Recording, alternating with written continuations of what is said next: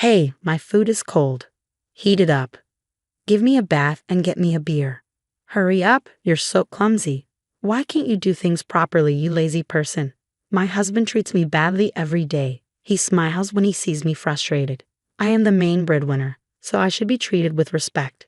He relies on me, so he should be more appreciative. A wife is supposed to obey her husband, but if he doesn't like it, I'll show him how hard it is to make as much money as I do. He's not the same as he used to be. I can't take it anymore. I'm leaving him. But he just said I'd come back soon since I don't earn money like him. What a ridiculous thing to say. He'll realize how wrong he is soon enough. I'm Kim, a regular housewife. I've been married for 5 years. My daughter, Sarah, is still a handful, but I'm happy being a mom. My husband, Bill, and I met at work. He worked in sales, and I was his assistant. He was the one who chased after me, and I gave in because I liked how he treated me. He promised to make me happy for life. After he proposed, he asked me to quit my job and become a housewife. My mom was a housewife, and my dad worked. I wanted to have the same kind of family. He wanted me to support him as a traditional wife, and I believed his promise to support me, so I quit my job. But looking back, those were just empty words. Bring me a beer.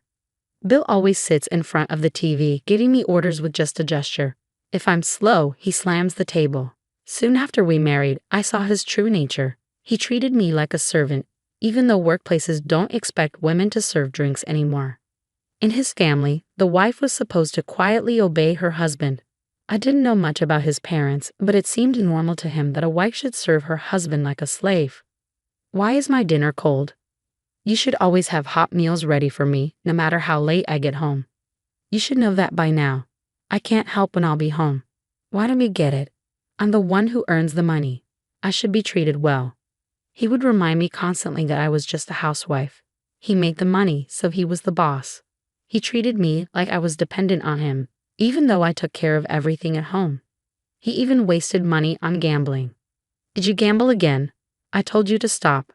Mind your business. It's my hobby. Sarah is still young. We need money for her care and for her education.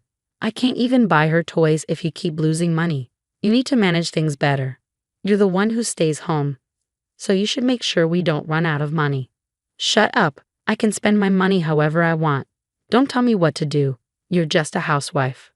He yelled at me every day, and I didn't want Sarah to hear us fight. I tried to be patient, but one thing pushed me too far. I came home one day and noticed my closet was open. I had closed it before leaving. I checked and realized one of my bags was missing.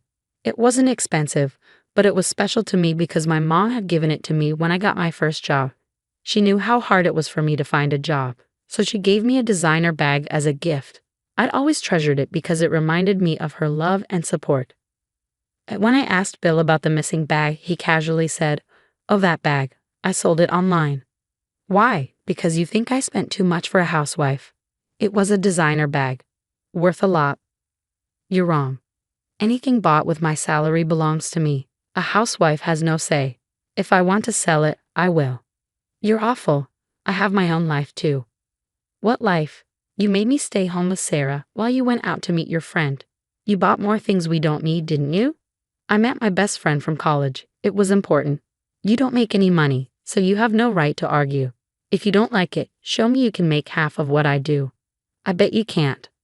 I was done arguing. He just said, "Let's see if I can win tomorrow's game with the money from the bag sale."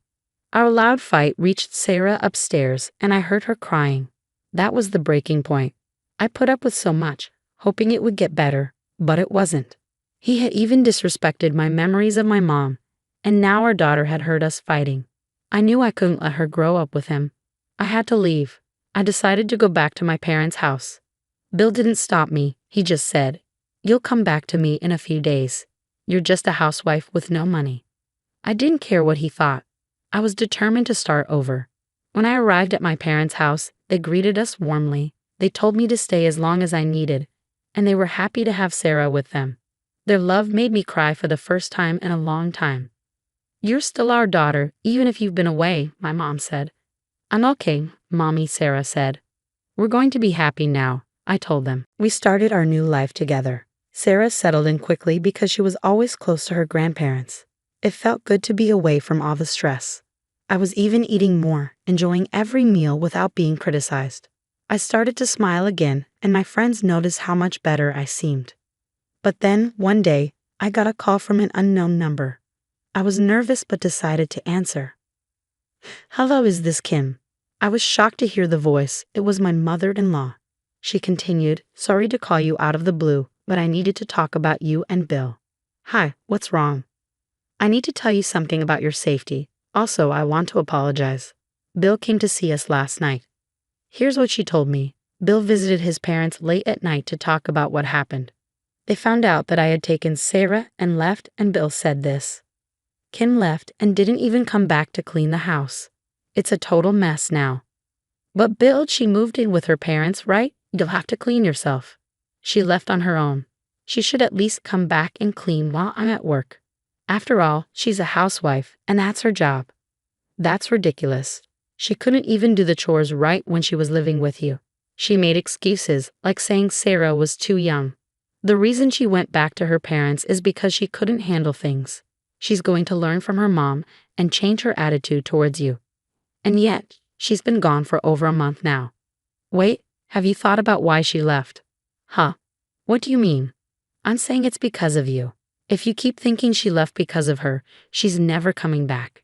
She's hurt by the way you treat her." "Oh, whatever. A wife should obey her husband. She's supposed to support me, right? You and Mom were like that too." "Well, I've never been treated badly by your father. I respect him, and I've always cared for him with love. I love your mom, and I never thought she was below me. I wouldn't have a life without her. If I made you think a husband is better than a wife, I'm sorry. You need to apologize to Kim, and while you wait for her forgiveness, think about what you've done." Bill's parents told him off, but he didn't listen. He still thought he was right. It could have ended there, but then he said he was coming to see me. This made my parents worried. "I'm glad you let me know. We've always worried Bill might treat you badly. We should have realized sooner. Whatever happens, we'll support you," my mom said. "Thanks. I'll come by with Sarah once things settle. Be careful with Bill. He might do something if he gets too worked up." Soon after, my mother-in-law's warning came true. I was out one day, leaving Sarah with my mom, when I ran into Bill on the street. "Hey, Kim." "Oh no, Bill." He looked a mess. His shirt was worn, and his suit was wrinkled. I used to take care of his clothes, but now he looked unkempt. "What are you doing here?" That's my question. What are you doing out here in the middle of the day, leaving Sarah alone? And look at you, all dressed up. Don't tell me you're meeting some guy. You look like an Avon sales lady. "I'm just meeting a friend. It's none of your business." "It is my business. I'm your husband. You probably bought those clothes with my money. Don't talk back to me." He was back to his usual behavior, but I didn't have to take it anymore. "I bought these with my own money. My makeup and shoes too. How can I spend your money when we're not even together anymore?" "Well, wait, you were wasting money. That's why I got this stupid bill in the mail." He waved a paper in front of me. "Credit card payment. It wasn't paid from my account. This never happened before you left." "All right, I got it." There wasn't enough money in his account, and the bank couldn't process the payment. Bill blamed me for spending all the money. His narrow-minded thinking was almost pitiful. What's wrong? I just couldn't help but feel sorry for him. He's so stupid. Stupid? How dare you? Yeah, you bring home the money, but you're too dumb to track your spending. I swear I never touched your money. Even if I wanted to, you don't make enough to do that. It seemed like Bill still didn't understand, so I explained. Your salary was never enough. It wasn't an issue for us to live on $4,000, but it became impossible because of your gambling. My gambling? You were the one losing big sums, and then you had to gamble again the next week. No money left in the account. I was covering the shortfall. What do you mean covering it? How could you make that kind of money? You're just a housewife. Stop saying vulgar things. I worked a normal job. You thought I was just a housewife, but I was doing freelance work. My best friend from college helped me get into translation consulting. I worked from home, balancing it with household chores. I even went out for business meetings. My stupid husband never knew. Can you really make that much money doing that job? Finally, Bill seemed to believe me, looking pale and shocked. I proudly replied, "At first, it was very little. It's all about experience." But I stuck with it. And now I've earned big projects. This month I've made $8,000. 8,000. My salary is double yours. That means I'm above you, right? Well, you may make more, but I do all the housework and handle my job. Can you imagine how hard that is? You just work and gamble. He seemed to shrink in embarrassment, but then unexpectedly he dropped to his knees. I'm sorry. I had no idea you were covering for me. Covering for you? No, I did it to escape you. Please come back. The house is a mess without you. I don't know how to dress, and I'm tired of takeaways. You still see me as a housewife, don't you? Seriously? You never learn. The breadwinner is above the housewife, right? Then you clean and cook for yourself. I turned my back on him. I had a meeting with a client for a big project, and I wasn't wasting any more time on him. Before leaving, I added, I've already seen a divorce lawyer. The papers will be sent to you, not another credit card bill. Take care of it. A year later, I'm still working as a translator. I've even got a translated novel coming out. Sarah has adjusted well to kindergarten, and my parents help with her. When I visited my ex-in-laws, they told me Bill still hadn't changed. He said he was glad to be rid of his useless wife, which made them cut ties with him. Rumors say he still has a gambling problem and owes money to loan sharks. But that's no longer my concern. Now with my parents and Sarah, we have our own family. So they're saying I grew up with just my mom, huh? That must have been really tough.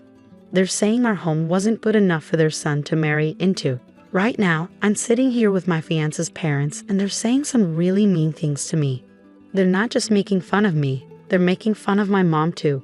They're a terrible family. I'm not going to agree to marry their son. I'll show them what it feels like and say no to their proposal. They deserve to feel really bad about how they're acting. My name is Emma, and I'm 27 years old. It's just me and my mom in our family. My dad died in an accident when I was little, leaving us alone.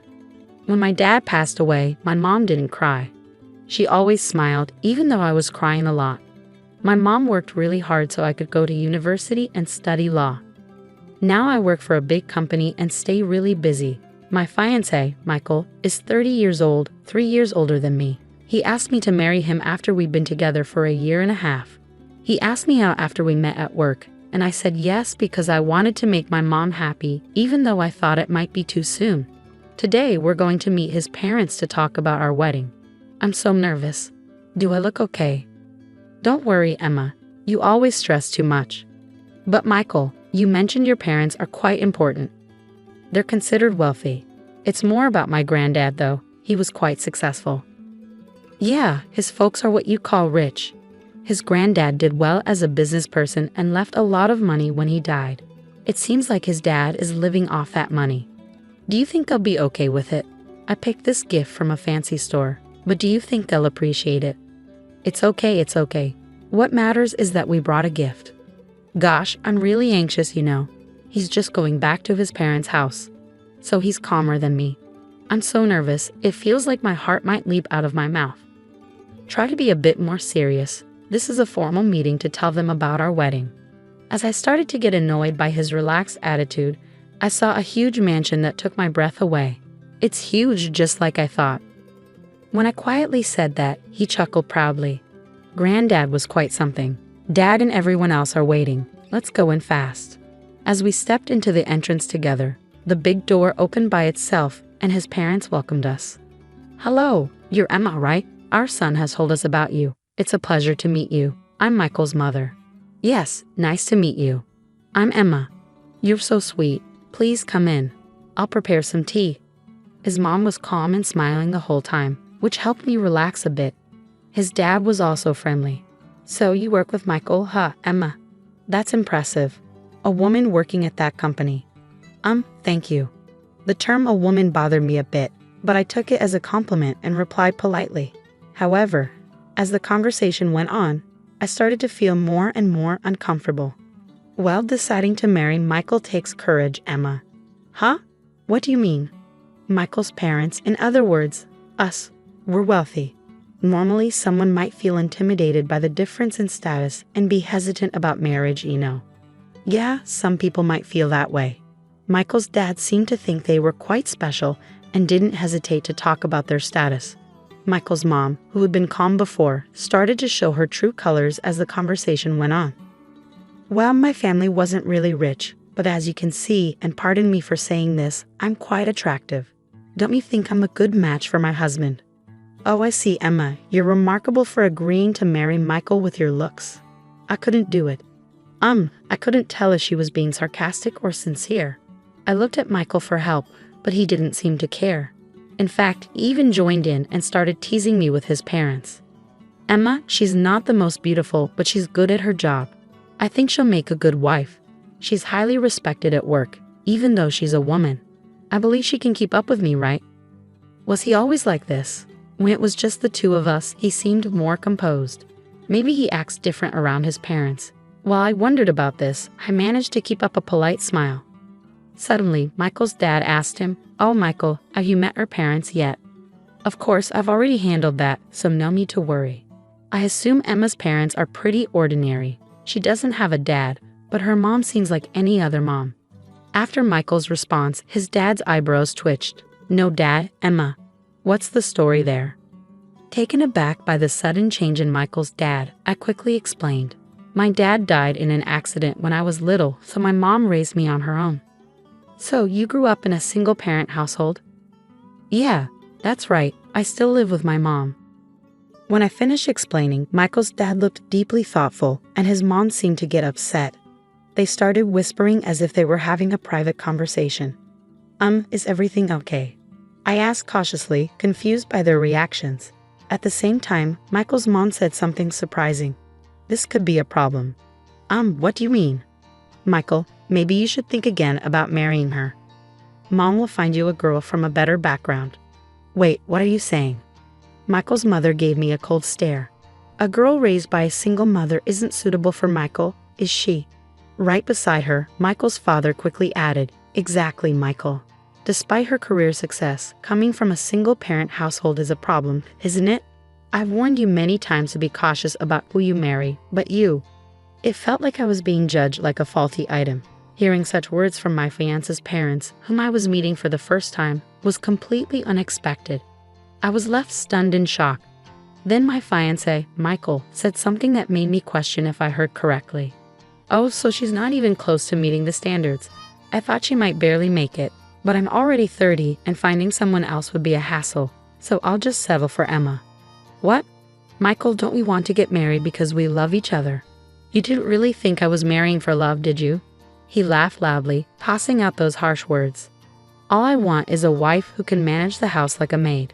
I can't truly love someone with a family background like yours.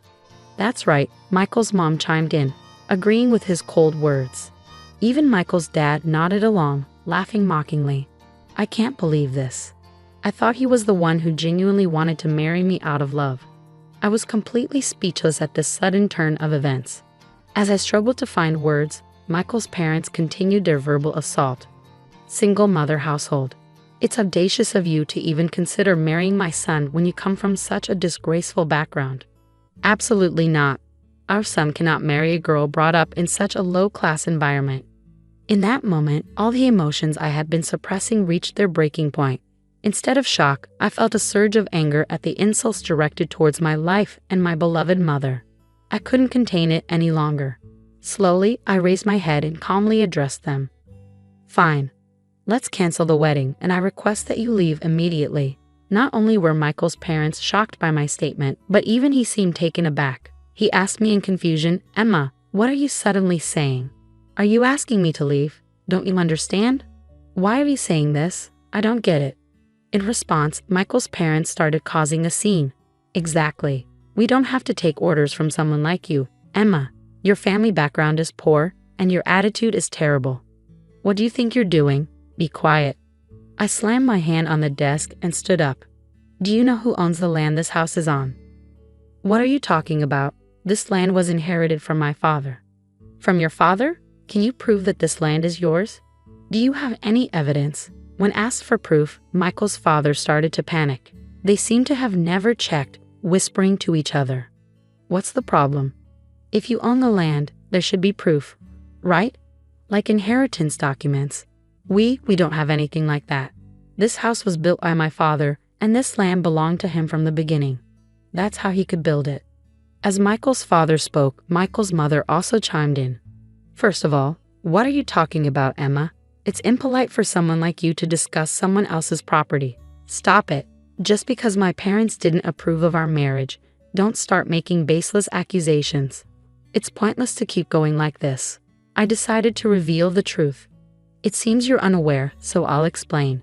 Your grandfather only had a lease agreement with my grandfather. What? A lease agreement? It seemed like a new term for him, and Michael's father looked confused. I was frustrated and explained it patiently so even this ignorant family could grasp it. A lease agreement means you're allowed to use the land.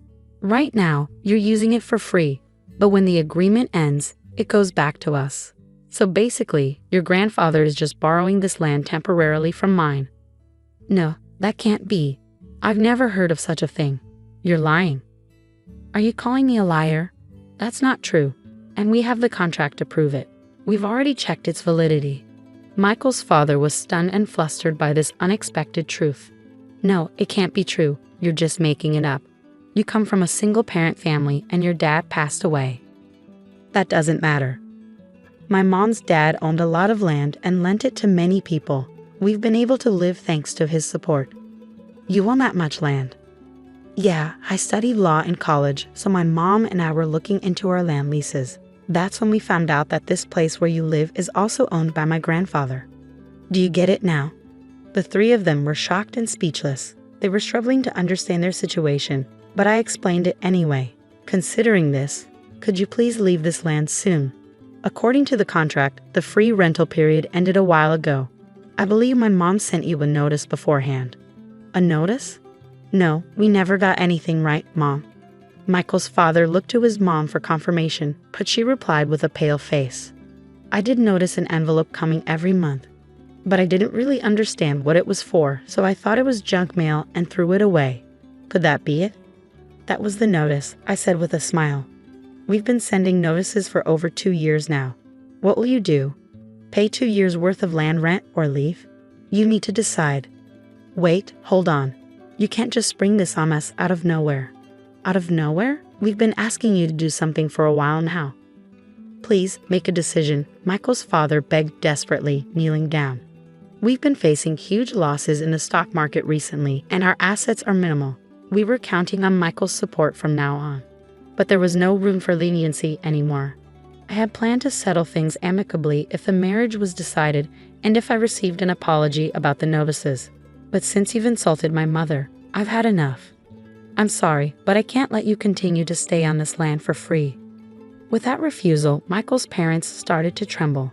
Even Michael, who had been calm until then, began to change his attitude as if it were the right moment. Hey, Emma, can't you stop this now? I'm going to marry you, so please. What are you saying now? So what? Let's just forget about this.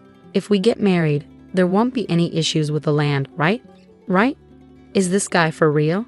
I can't imagine marrying someone so disrespectful. At this point, I don't need a man who insults his fiancée alongside his parents. I'm sorry, but I have to decline. I refuse to become part of a family with such a conceited man like you and your knave parents. At my words, he looked like he was on the verge of tears. Please forgive me. What happened next doesn't need much explanation. Despite boasting about their wealth, his parents were actually struggling financially. They couldn't even afford to pay the land tax for 2 years upfront, revealing their true financial situation. Eventually, they had to leave their land, sell their grandfather's pride and joy, the house, to cover the overdue taxes. They tried to maintain their lifestyle for a while, but it seems their money dried up quickly. Now they're living in a small apartment as a family of 3. Word about the whole ordeal spread quickly within the company, and he lost his reputation. However, his parents rely on his income, so it seems he's stuck. Sometimes I receive romantic emails from him, but I never reply. I have no feelings for him whatsoever, and I doubt I'll ever trust him again. He's become the subject of gossip at the company, and I secretly hope he continues to struggle in his tough situation.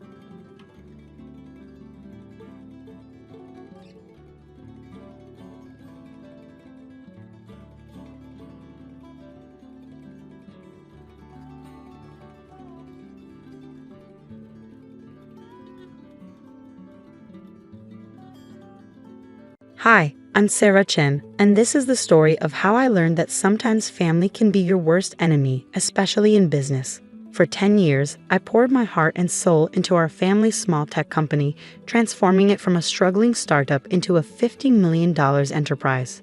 But sometimes success breeds jealousy even among those who should be celebrating your achievements. I still remember the day everything started, when our family business was nothing more than a small computer repair shop in a strip mall.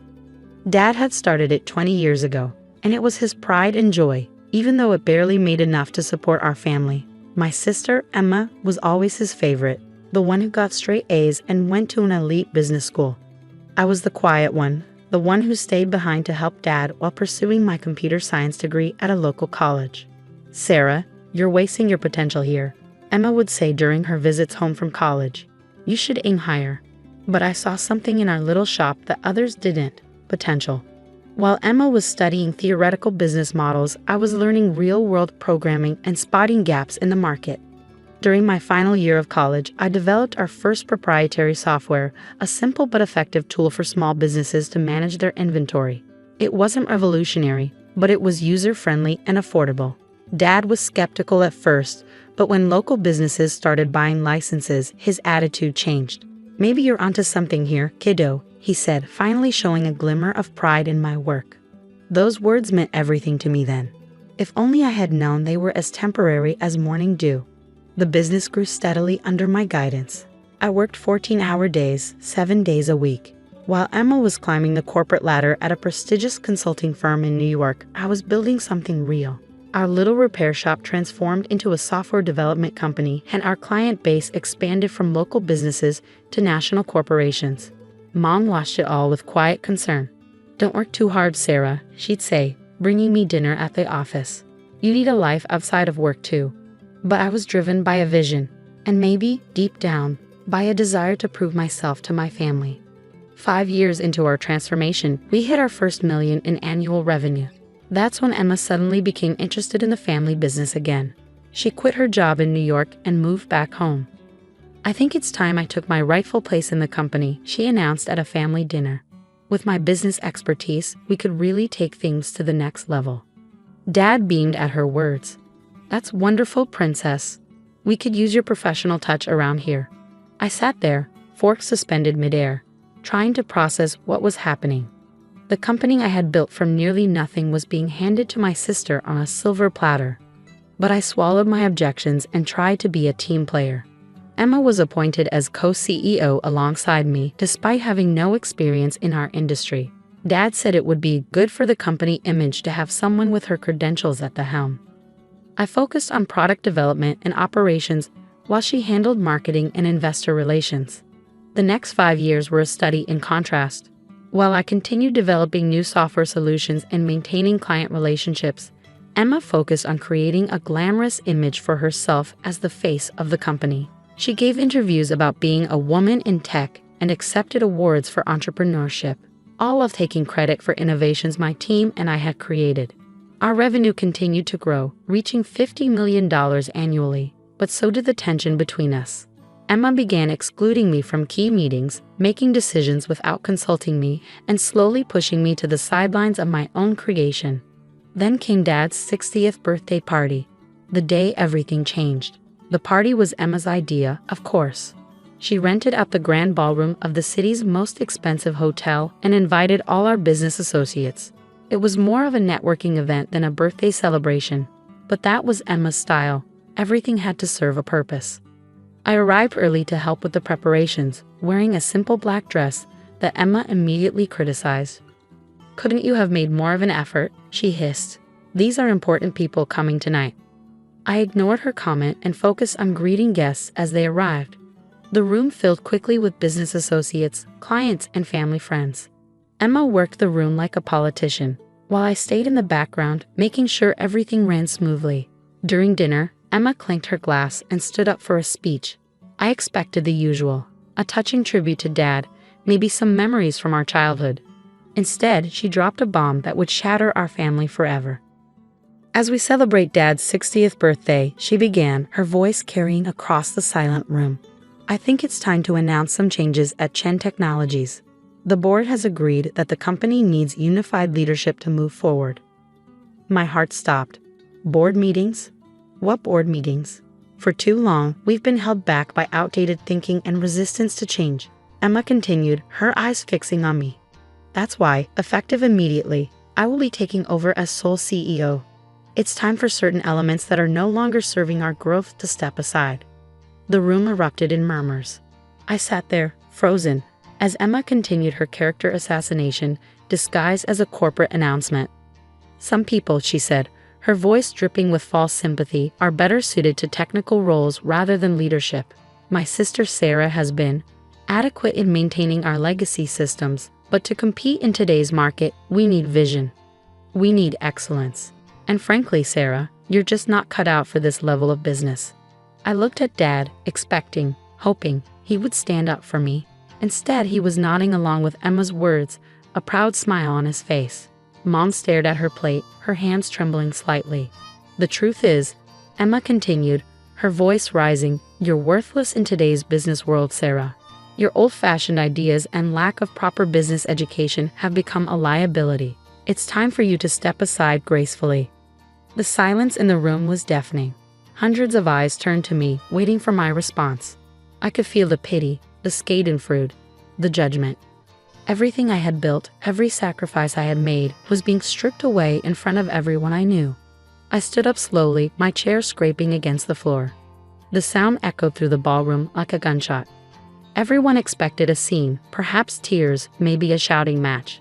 Instead, I simply picked up my purse, walked to Dad's table, and placed a small wrapped package in front of him. Happy birthday, Dad, I said quietly. Then I walked out of the ballroom, head held high, leaving behind the whispers and stares. That night, as I sat in my home office surrounded by awards and patents that bore my name, I made a decision. Emma thought she had won, but she had forgotten one crucial detail, something that would turn her moment of triumph into the biggest mistake of her life. As I powered up my laptop and began typing, a small smile played on my lips. Tomorrow would be interesting indeed. After all, there's more than one way to run a successful business, and I had learned more in 10 years than Emma had learned in all her fancy business classes.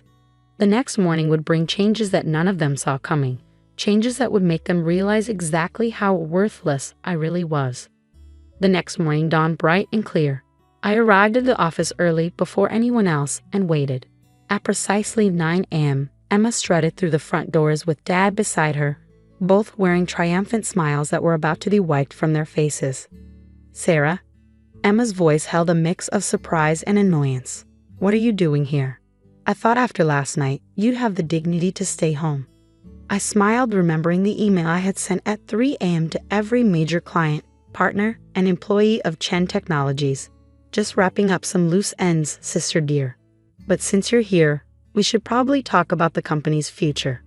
There's nothing to discuss, Dad interjected, his voice firm. Emma's in charge now. The board has already approved it. Ah yes, the board, I said, pulling out my tablet. Let's talk about that. You see, while Emma was busy planning parties and giving interviews, I was actually building this company. And there are a few things you both seem to have forgotten. I pulled up a document on the conference room's main screen. First, let me remind you that I own 51% of Chen Technologies shares. When we incorporated 10 years ago, Dad gave Emma and me equal shares of 25% each, keeping 50% for himself. But 3 years ago, when we needed capital for expansion, Dad sold me 26% of the shares. Remember that day, Dad? You were too busy attending Emma's award ceremony to handle the negotiations yourself, so you signed the papers without reading them carefully. The color drained from both their faces. Emma's perfectly manicured hands gripped the conference table. That's impossible, she whispered. Dad would never. Oh, but he did. I continued, pulling up more documents. And that's not all. The core software that generates 80% of our revenue, it's not owned by Chen Technologies. It's owned by my separate company, Innovate Solutions LLC. Chen Technologies only has a licensing agreement which expires, I checked my watch, about 10 minutes ago. Dad collapsed into a chair, realization dawning on his face. The renewal papers. The ones you asked me to sign last week. The ones you were too busy to read because you were helping Emma plan the party. Yes, those papers. I decided not to submit them. Emma's face contorted with rage. You underhanded little. Careful, sister, I cut her off. You might want to hear the rest before you finish that sentence. While you were busy announcing my supposedly graceful exit last night, I was sending emails to our clients. You see, most of our major clients have personal loyalty clauses in their contracts. They signed with Chen Technologies because of me, my expertise, and my track record. Last night, I informed them of the leadership changes and my departure. I pulled up my email showing the dozens of responses that had already arrived. Would you like to know how many have already triggered their contract termination clauses? Or how many of our top developers, who by the way are actually employed by Innovate Solutions, have already accepted positions at my new venture? The room fell silent. Through the glass walls, we could see employees gathering, whispers spreading as they checked their emails. Emma's perfect composure cracked as she frantically checked her phone. You can't do this, she stammered. The company you tried to steal from me? I finished for her. The one you thought you could just take over because you have an MBA and Dad's approval. That company ceased to exist the moment you decided to humiliate me in front of everyone we know. I stood up, smoothing my dress. So here are your options. Option 1. I walk away with my shares, my software, my clients, and my employees. Chen Technologies becomes an empty shell, and you can explain to all those important people you invited last night why the company's value dropped to zero overnight. Dad's face had aged 10 years in the last 10 minutes. And option 2, he asked weakly. Option 2, you both resign. I take full control of Chen Technologies. You keep your shares as silent partners, receiving dividends but having no say in operations. Emma gets a nice severance package and glowing references for her next job, somewhere far away from here. Emma's face had turned an interesting shade of red. You planned this all along, didn't you? You've just been waiting for the right moment to stab us in the back. I laughed, but there was no humor in it. No, Emma. I spent 10 years trying to be a good daughter and sister while you both took me for granted. I built this company from nothing while you collected accolades for my work. I only planned this. I checked my watch again, about 12 hours ago, after you called me worthless in front of everyone we know. My phone buzzed, another client termination notice. Time's running out. What's it going to be? The next hour was a blur of paperwork and lawyers. By noon, I sat alone in what was now my office, looking out over the city. The company I had built was now truly mine, but the victory felt hollow. Family relationships lay in ruins around me, trust shattered like dropped crystal. Mom came to see me that evening, her eyes red from crying. Did it have to end this way? She asked softly. They gave me no choice, I replied, my voice gentle but firm. They would have taken everything I built and discarded me without a second thought. She nodded slowly, understanding but sad. What happens now? I showed her the plans I had already drawn up, expansions, new product lines, innovations I had been holding back. Now I built something even bigger, but this time, I'd do it without having to carry people who see me as worthless. Over the next year, Chen Technologies, under my sole leadership, tripled in value. Emma found a job with a startup in Silicon Valley, humbled but hopefully wiser. Dad retired, finally understanding that his golden child had nearly destroyed his legacy.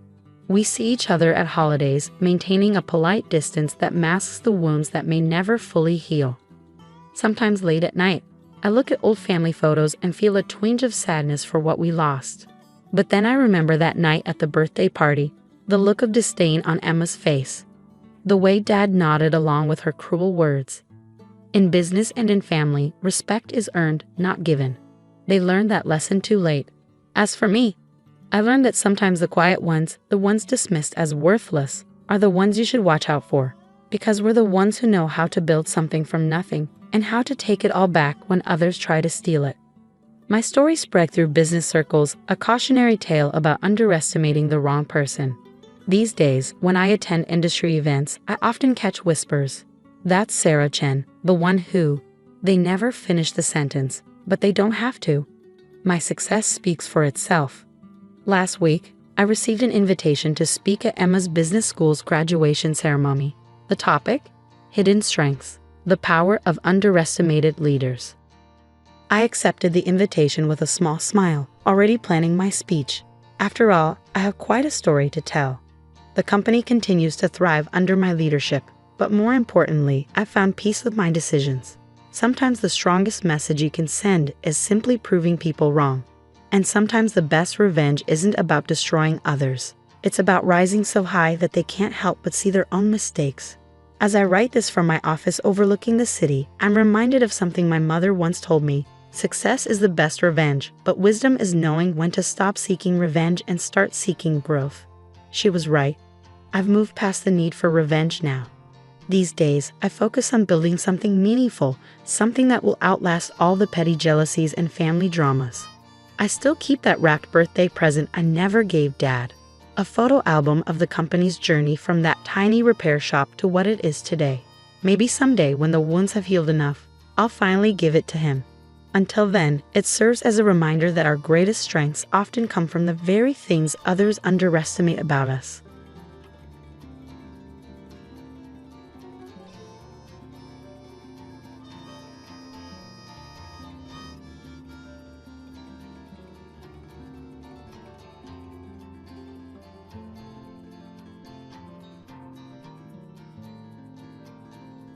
I have a new girlfriend now and I'm moving in with her. We're getting a divorce and you should go stay with your parents. I don't understand what you're saying. I don't need you anymore. If you want, you can live with my parents and take care of the house. Julian, you get it. My in-laws and my husband laugh at me. They're terrible people. But for me, this is better, so all of you need to leave. My name is Julianne and I'm 35 years old. I work in an office. I've spent my whole life working. After college, I started working for a big company. For 13 years, I worked hard and earned promotions. Now I'm a department manager at a young age. I have a great boss and a team of talented coworkers. Work is fulfilling, but my personal life hasn't been. I had a boyfriend in college, but none since I started working. Worried about me, a friend hosted a dinner party where I met Jake. He was kind, had a nice smile, and we had a lot in common. We became friends, exchanged numbers, and started going out to eat together. Eventually, he told me he liked me and we started dating. We got along great. He proposed, and we got married. I was overjoyed to marry the man I loved deeply. Soon after, I visited his parents' home to meet them. They were very kind and warmly welcomed me. Julian, it's wonderful to meet you. I can't believe such a lovely person is marrying our Jake, they said with tears in their eyes. We're so proud of our son for bringing such a good woman here. Hey Mom and Dad, cut it out. You're scaring Julianne. Oh dear, if you really feel that way, you can say so. It's just a compliment, so don't worry. His parents were very friendly and easy to talk to, much like him. Julianne works for a big company, right? Yes, she does. It's impressive to see a woman who works hard. Will you stop working after you're married? No, I plan to keep working.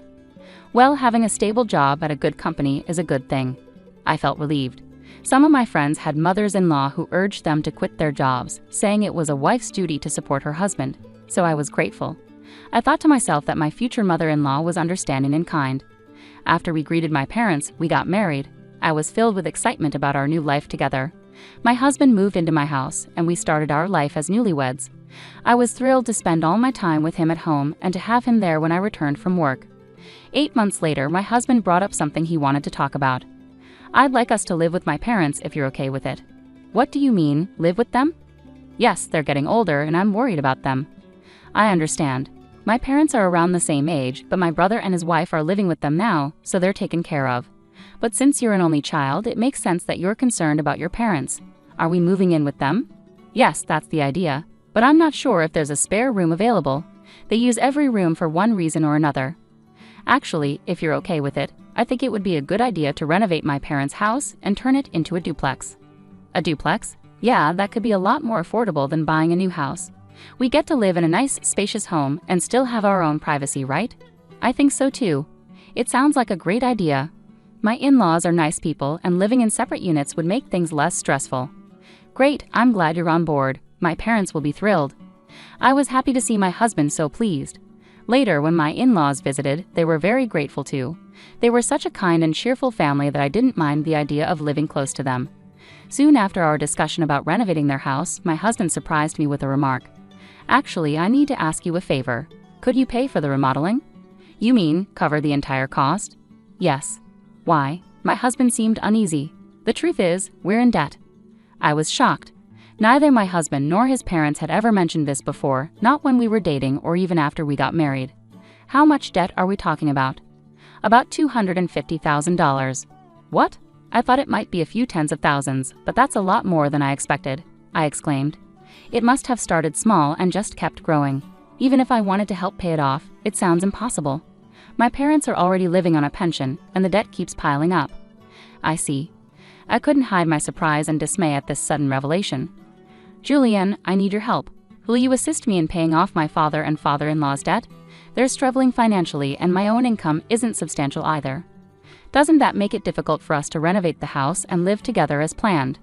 No, that's still important to us. You've asked me to cover the remodeling costs and my father's debt, which amounts to $250,000.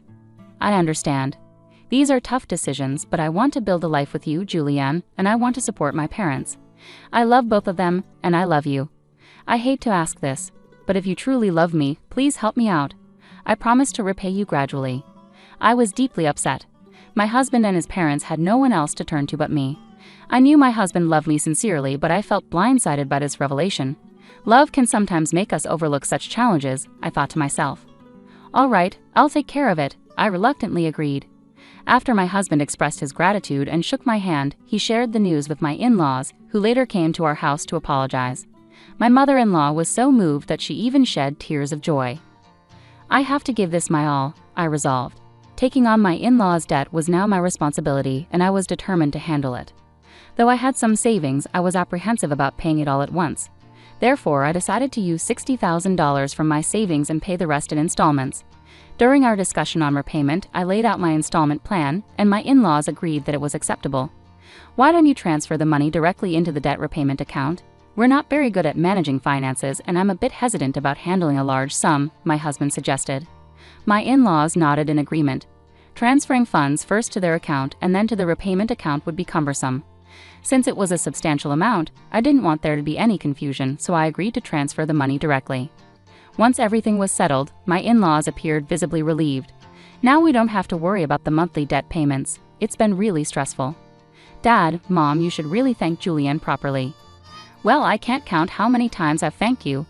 I can't thank you enough. Thank you so much. I'm so grateful that Julian is my son's wife. No, please, it's okay, I insisted. I'm just happy to see you both happy.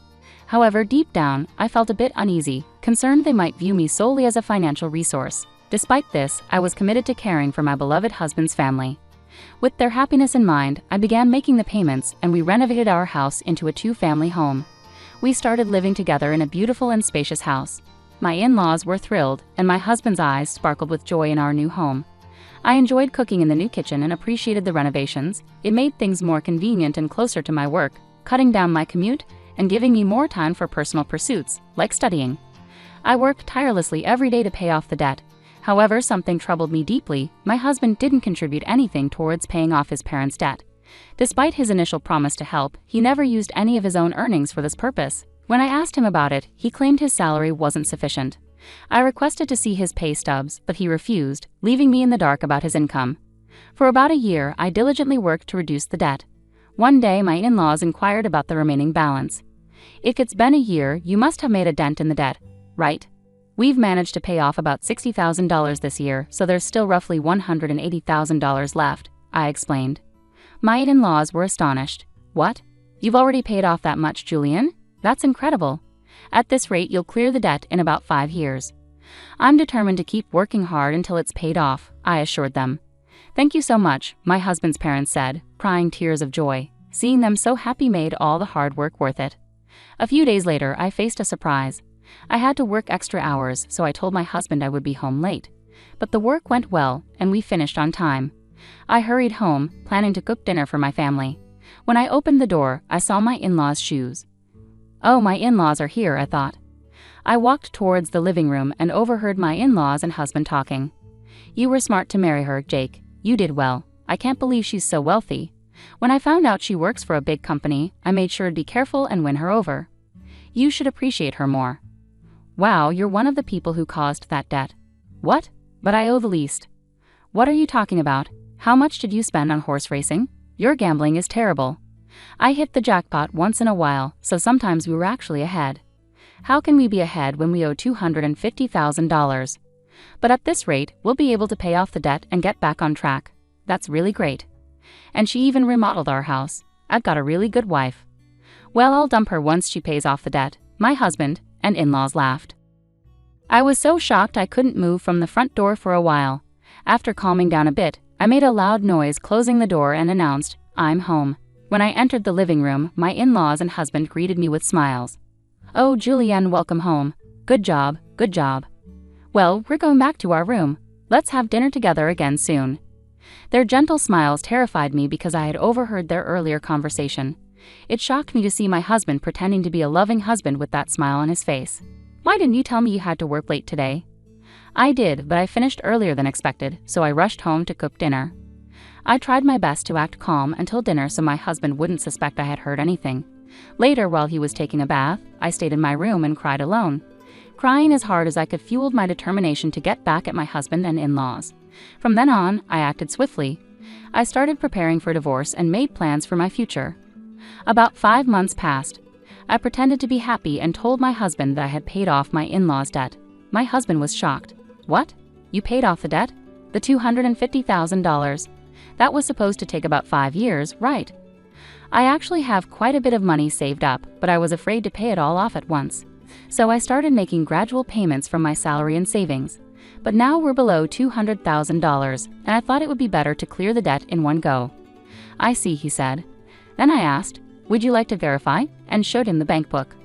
"Oh, it's true. You paid $180,000 in one go." My husband tried to hide his excitement, but I could tell he was eager to leave. "Wow, Julienne, thank you. My parents are going to be thrilled." He pretended to wipe tears from his eyes, but I knew it was just an act. Soon after, my in-laws arrived and expressed their gratitude. "Thank you so much.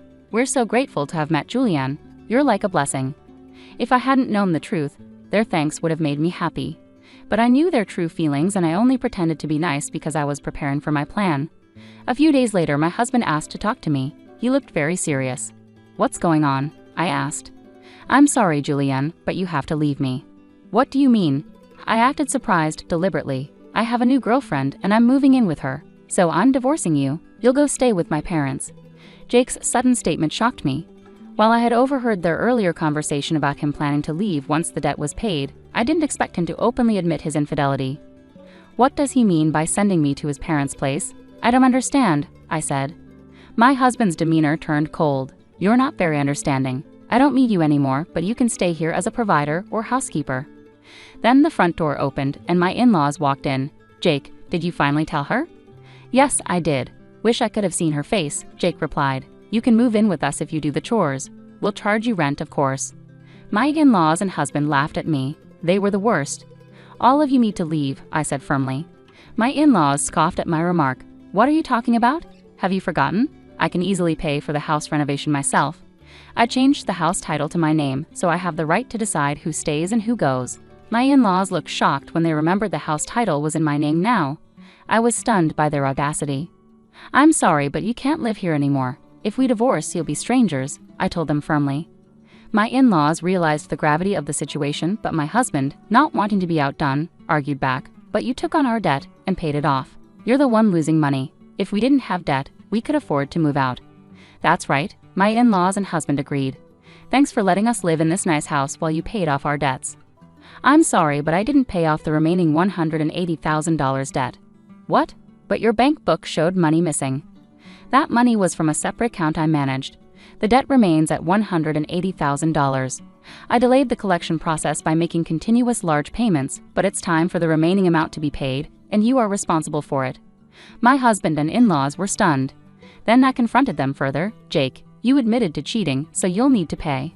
I'll also seek compensation from your partner for the affair." "Oh no, she only stayed with me because she thought I had money and a house. If I have to pay alimony, she'll leave me." "I'm not concerned about that." "Actually, I'm sorry. Please don't leave us," my husband pleaded. My husband feared losing his lover while my in-laws feared losing me. Their selfishness was evident.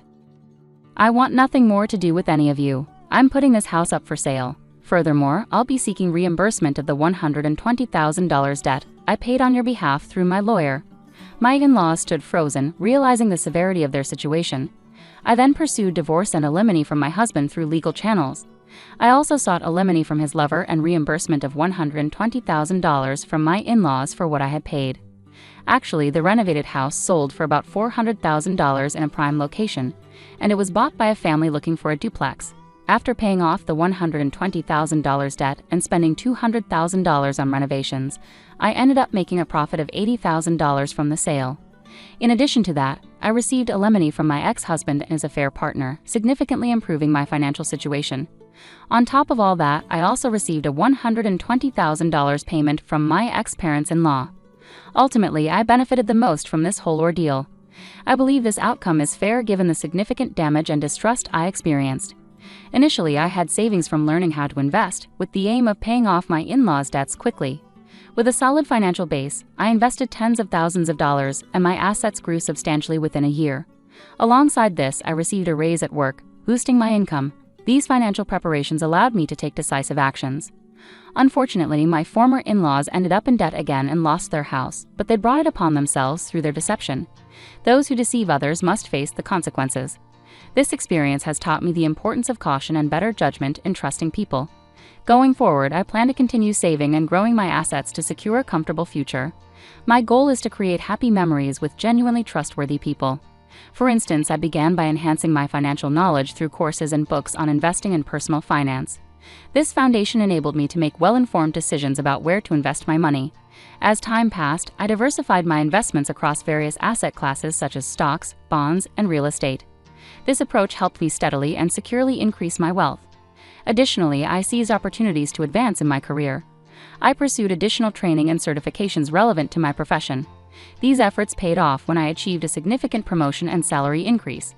The higher income allowed me to save more and adopt a more aggressive investment strategy. Throughout this journey, I maintained focus on my long-term objectives. I aimed to secure a comfortable retirement and ensure financial stability for my later years.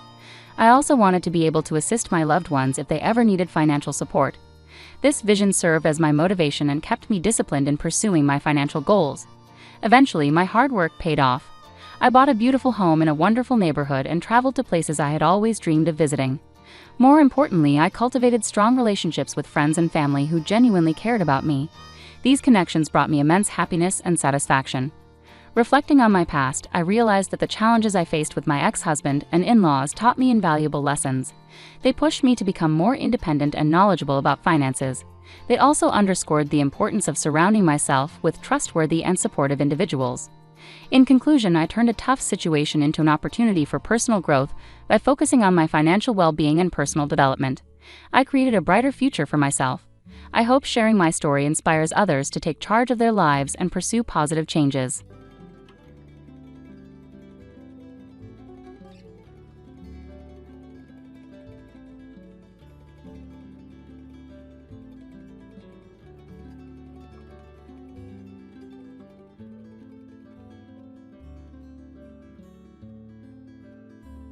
Hello, I am a single woman in my 60s. Since childhood, I held on to the belief in a reciprocal philosophy, thinking that my hard work and dedication would be met with equal effort in return. This mindset extended to my relationships, where I believed treating others kindly would result in receiving kindness in return. Even after marriage, I continued to hold this belief, assuming that by being considerate to my husband, he would reciprocate. In today's world, women aren't expected to sacrifice as much. But during my era, societal expectations were different. I willingly made sacrifices for my husband and children, confident that my efforts would contribute to future happiness. However, my marriage and family life didn't unfold as expected. Despite my early mornings and diligent work for the family, complaints and mistakes overshadowed appreciation. At that time, no one mandated that I live this way. I was an ordinary person who married a coworker 4 years my senior due to societal expectations. Despite the societal norms for married women to quit their jobs, I became a full-time housewife after giving birth to my daughter. I had no regrets. I believed it was a natural course of action for family life. Though my life wasn't glamorous like TV dramas, it felt easy and stable. Around my daughter's 9th grade, tragedy struck when my mother passed away suddenly from a heart attack. While mourning her loss, I discovered my husband's affair. In the midst of my grief, he found joy elsewhere, becoming uncaring and eventually demanding a divorce. Despite my determination to avoid divorce, my husband's behavior became unbearable. Divorce wasn't as socially acceptable back then, and despite an irresponsible and unkind husband, I resisted the idea. Looking back, I realized my naivety, but more was at stake. My daughter, witnessing the turmoil, felt the impact. Despite my refusal to divorce, I found myself in a deeply miserable situation. During a heated argument about our impending divorce, my father unexpectedly visited. Witnessing the distress in our relationship, he offered me a place to live and encouraged me to leave my husband, taking my daughter with me. Having recently lost his wife and observed his daughter in an unhappy marriage, my father convinced me that persisting in such a difficult situation was futile. Feeling the weight of his concern, I yielded to my husband's request for a divorce. In return, my husband provided me with $3,000 in cash. With my father's support, I secured a 2-bedroom townhouse to live in with my daughter, starting anew. I anticipated the need to work hard to support my daughter, fearing judgment from society for being a divorced woman with a daughter.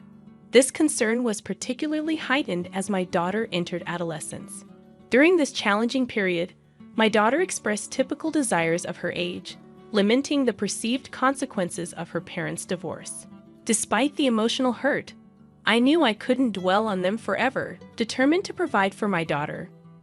I embarked on the journey of seeking stable employment. However, being an older divorced woman with a child made securing a job challenging. Undeterred, I took on multiple part-time and nighttime jobs, even engaging in freelance work at home whenever possible. As time passed, my daughter advanced to her senior year of high school. Despite financial constraints, she excelled academically, finding her own way to thrive. Motivated by my desire to ensure her future, I secured a job at a 24-hour restaurant, working 12-hour shifts. 2/3 of my earnings were diligently saved for her college tuition. Despite facing judgment and gossip, especially from some married men who viewed me as an easy target, I persevered for the sake of my daughter. The sacrifices were numerous, but my goal was to provide her with opportunities I never had. As she approached adulthood, I hoped she would understand the struggles I faced in raising her and making a living. Reflecting on these challenges, I realized that having a daughter made my situation both more arduous and meaningful. She became my anchor, giving me the strength to endure and persevere through life's challenges. I held on to the belief that, in the future, my grown daughter and I would share stories about the hardships we faced and take pride in our resilience. A year later, my daughter's outstanding performance in the SAT exams earned her admission to Harvard University, a moment of immense joy that made all the previous struggles worthwhile. As she embarked on her college journey, I felt a mix of pride and emptiness. Though I had managed to provide for her education and housing, the absence of her daily presence at home left a void. We maintained close contact through phone calls, and during the initial months of her independence, our bond deepened.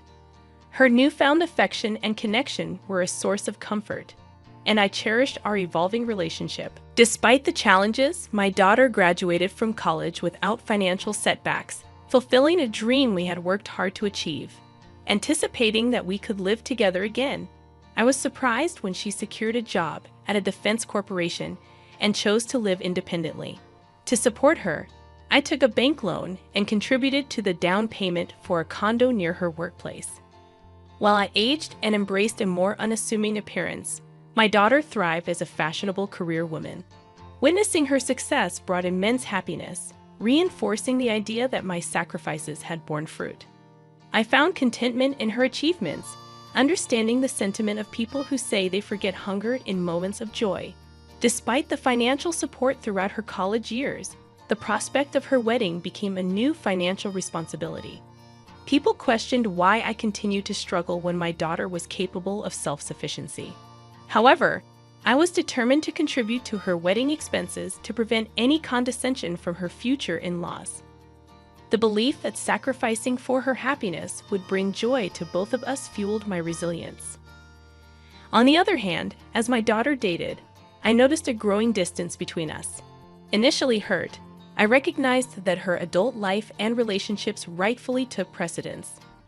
I patiently waited for her to mature and open up to me, understanding that priorities shift during this phase of life. However, on her 27th birthday, I looked forward to celebrating with her. Yet she made it clear that she had plans with someone named Michael and dismissed any preparations. While she may have intended to convey that I needn't go to any trouble, I couldn't help but feel hurt.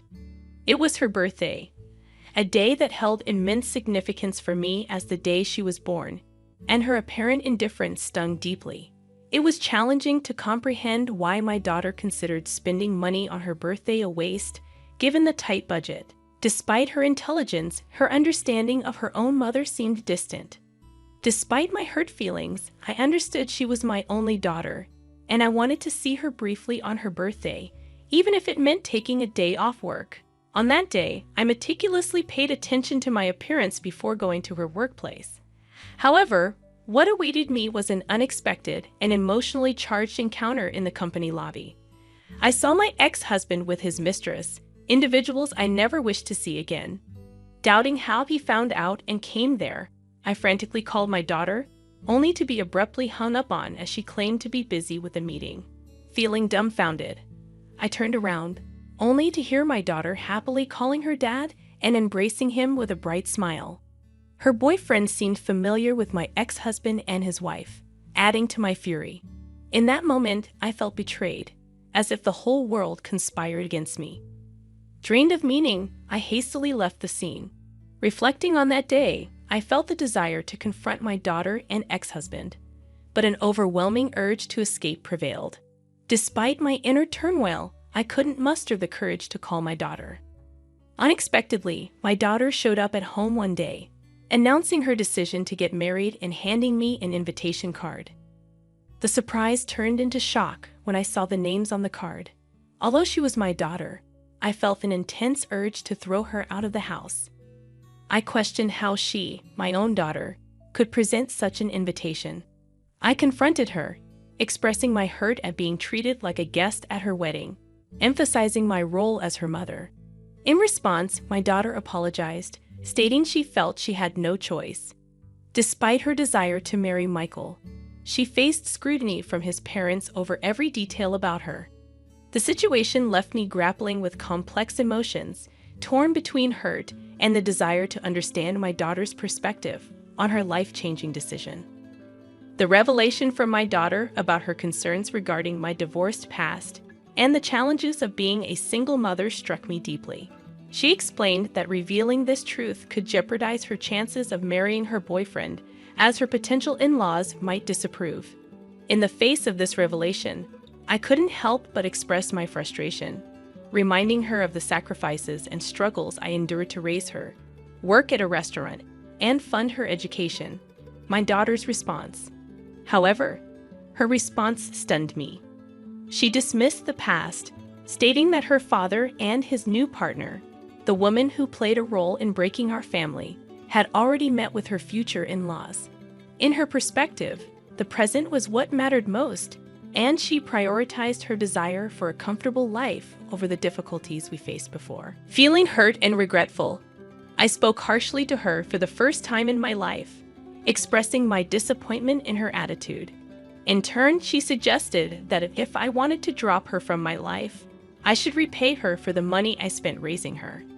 This exchange led to a heated argument, and she left my house in anger, proclaiming that we were now strangers. Devastated by the turn of events, I questioned the purpose of saving money for her wedding and felt a deep sadness when I looked at the wedding invitation she had left behind, with a different name printed where mine should have been. 3 years later, I received news that my father, who had been living independently to avoid burdening me, had fallen ill. Sadly, I learned about his condition only after his passing. The realization of being a poor daughter to him hit me hard. A few months later, I inherited a small condo where he had lived, a bittersweet reminder of the family ties and struggles that shaped my life. Upon realizing that I had money saved from my daughter's wedding in the savings account, I decided it was time to live for myself, even if it seemed somewhat late in life. I pondered the idea that in today's world, trusting only one child and sacrificing for them might not be the most fulfilling path. It was a realization that I should prioritize my own desires and needs before it became too late for me to enjoy life. As I contemplated this shift in perspective, a real estate broker and close friend from the restaurant where I worked suggested that I consider what I truly wanted to do. Despite societal expectations for women to sacrifice, I felt a desire to break free from that mold and live for myself. I harbored a feeling of regret and sorrow for the sacrifices I made over the years, and I yearned to pursue personal fulfillment. Inspired by my friend, I embarked on studying the real estate business and even delved into auction biddings. With some savings and money from selling my late father's condo, I seized the opportunity to take on a new challenge. In the surprising turn of events, I became a building owner overnight, residing in a prime location. 6 months later, after returning from a mountain climbing adventure, I found myself on the top floor of my building, now transformed into my home. Unexpectedly, someone knocked on my door, and I debated whether to pretend not to be home due to fatigue. However, curiosity prevailed, and I opened the door to find my pregnant daughter with a chubby-cheeked toddler in her arms. Tearful and distressed, she explained that she had been deceived by her husband, who turned violent and had affairs. Faced with impending childbirth and raising her young daughter, she sought refuge with me, despite my initial shock and the lingering hurt from our previous arguments. I couldn't turn my back on my daughter in need. She revealed that she had heard about my newfound success in real estate and wanted assistance. Despite the painful history between us, she pleaded for help, pointing out that she had a share in the money I had acquired from my wedding savings and inheritance. Caught between anger and compassion, I couldn't deny my daughter's plea for help. Despite her past actions, I recognized the vulnerability in her situation and knew that as a mother, I couldn't turn her away. The complexities of our relationship resurfaced, prompting me to grapple with the tangled emotions of love, disappointment, and the inevitability of family ties. I confronted her, saying, "I was the one who saved money for your education and your wedding, but you told me to get out of your life. Do I need to give you money now?" I only said that, but I didn't get any money back from you. It seems that in front of money, there is no use for the bond between a parent and a child. Now that you have money, you don't need a daughter, right? No matter what, I am still your daughter, so I have a right to your money too. I was once very proud of you, thinking that it was because of me that you were able to attend Harvard. But now I see that it was all in vain. I guess I was too busy making a living that I couldn't teach you to be a decent human being. I raised you as someone who is so selfish and can only think of yourself. I don't plan to give you one penny, so you can either go back to your husband or your wonderful father. You are too mean. Could you abandon your own daughter? Do you think other people would care for me at all? That wife already ran off with the money, and he has disappeared trying to look for her. If you abandon me, I'll become an orphan. Now I have a child and I'm pregnant, so how could you be so mean to me? Would you be happy if I died like that? When she screamed at me, I couldn't put up with her any longer, so I took out all the money I had in my wallet and threw it at her. Since you are acting so pathetic, I'll give you that. However, never come back to my house because I won't let you in. There's something that I learned in the meantime, just that your life is important. Now my life is important. You cannot put me in and out of your life at your whim. I coldly let my daughter and her child out of my house. Of course, I would not feel good about it since she was my daughter after all.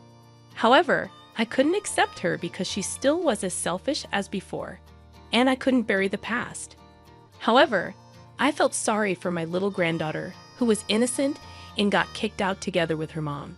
After that, my daughter was too proud and never came to see me again. To be honest, I knew that she was such a daughter. So, has she repented for her past acts and begged me for forgiveness out of a quest? Pretending I was reluctant, but would have found ways to punish her wayward husband. But I was so disappointed that if she erased me from her life to marry her husband, she should have lived happily. Why did my husband and my daughter turn out that way, even though I lived a hard life? Now I see that the only person who is living a life the way I want to is only me alone. Thus, if anyone is living a life like I did on behalf of others, I want to say this one thing for sure. No matter how strong your relationship is with another person, be sure to take care of your life first. Even if everyone in this world betrays you, you will not betray yourself. In the end, happiness is not what you do for others, but what you do for yourself. I want to give that message through my story here. Even though it may seem like a life that's only felt half, I plan to try to fill that remaining half from now on for complete happiness. Thank you for listening to my story. I hope all goes well for you today, and good fortune will be with you. Please cheer for me and write your comments of wisdom in the comments section. Pressing like and subscribing is a big help to me. Have a wonderful day, everyone.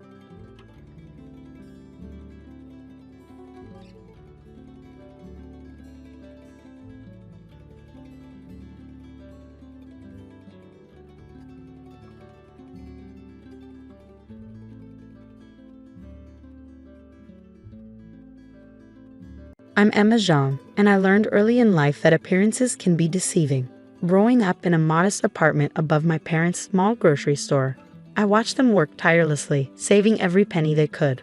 What our neighbors didn't know was that my parents were silent investors in several successful tech startups, teaching me that true wealth doesn't need to announce itself.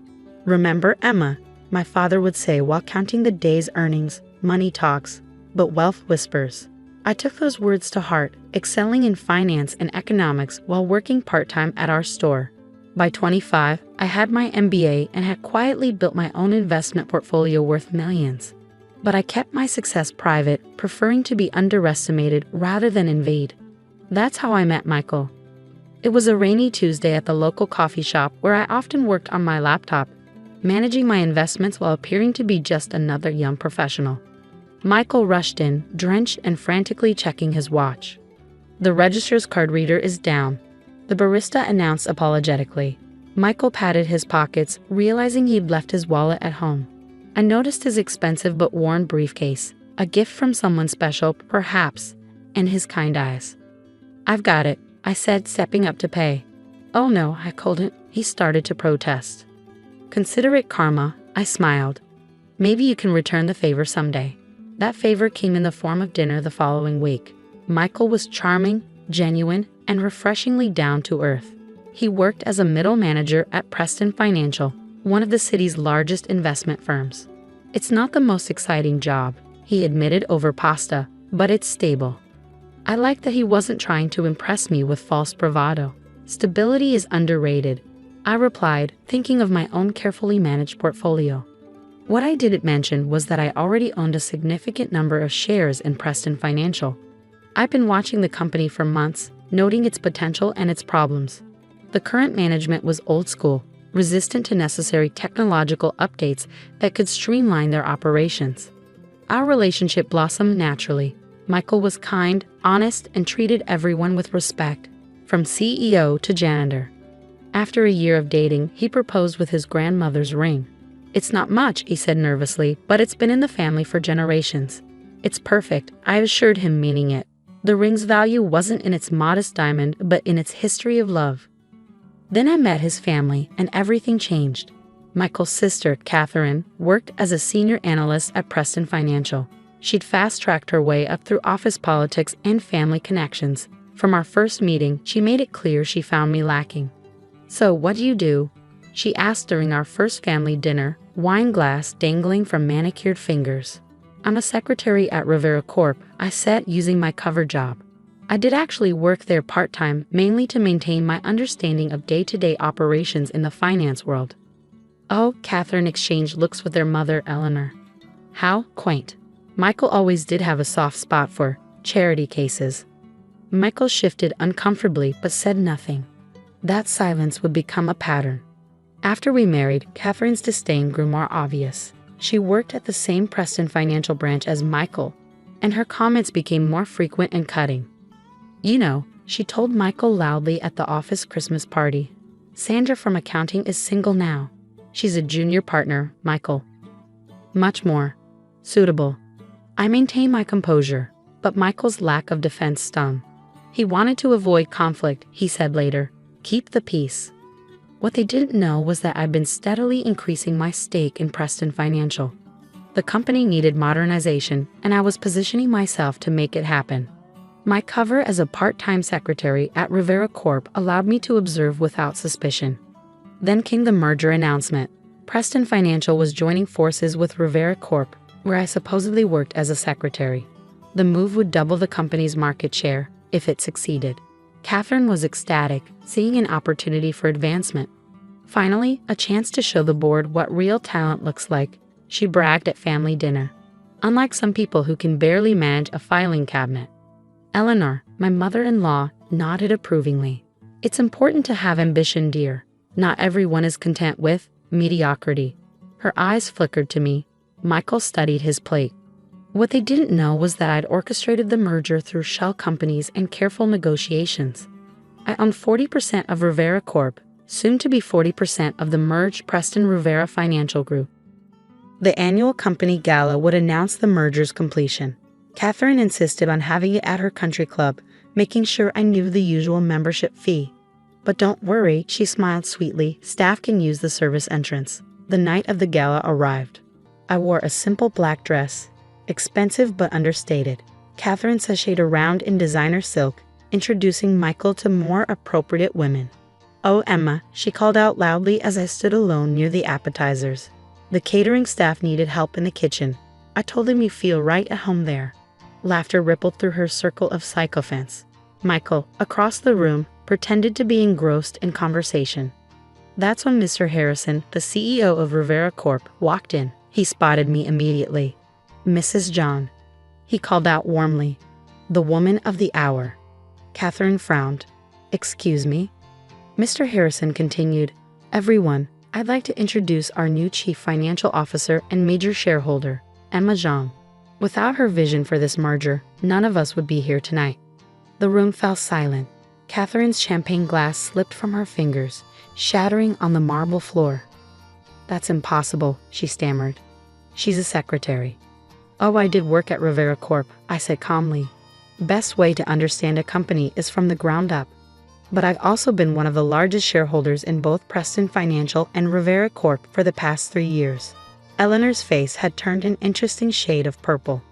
But the country club membership. "I've been a member for 5 years, I replied. "I'm on the board, actually. Interesting that we never ran into each other, Catherine." Michael pushed through the crowd, his face a mix of shock and something else. Shame, perhaps. "Emma," he started, "why didn't you tell me?" I met his gaze steadily. Would it have changed anything? Would you have finally stood up to them? Before he could answer, Catherine found her voice. "This is ridiculous. I've worked here for 8 years. I've earned my position." About that, Mr. Harrison interjected. "Mrs. Zhang has brought some concerning documents to our attention. Something about unauthorized trades under client accounts." Catherine's face went from red to white in an instant. "We'll need to discuss this in detail on Monday," he continued. "For now, I suggest you enjoy what might be your last company event." The rest of the evening passed in a blur of shocked faces and hasty congratulations. Eleanor and Catherine left early, claiming headaches. Michael kept trying to catch my eye, but I was busy with actual business discussions. Back at home, the silence was deafening. All this time, Michael finally said, "You let them treat you like that." "Why?" "Because I needed to see who people really were," I replied. "Money changes how people treat you. I wanted to know if I could count on you to stand by me regardless of my bank account." "And did I pass that test?" he asked quietly. I looked at him for a long moment. "What do you think?"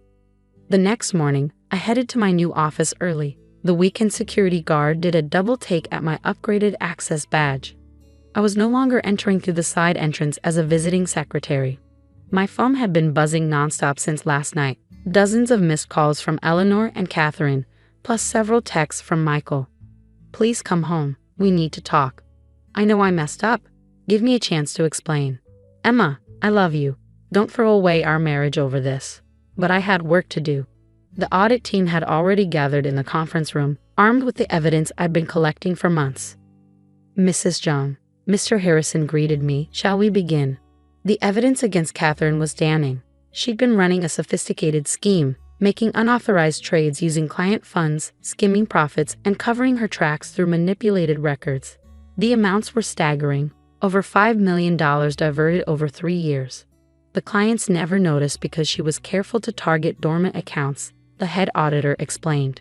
Mostly elderly investors who didn't check their statements regularly. My stomach turned. Elderly investors. A quick check confirmed my suspicion.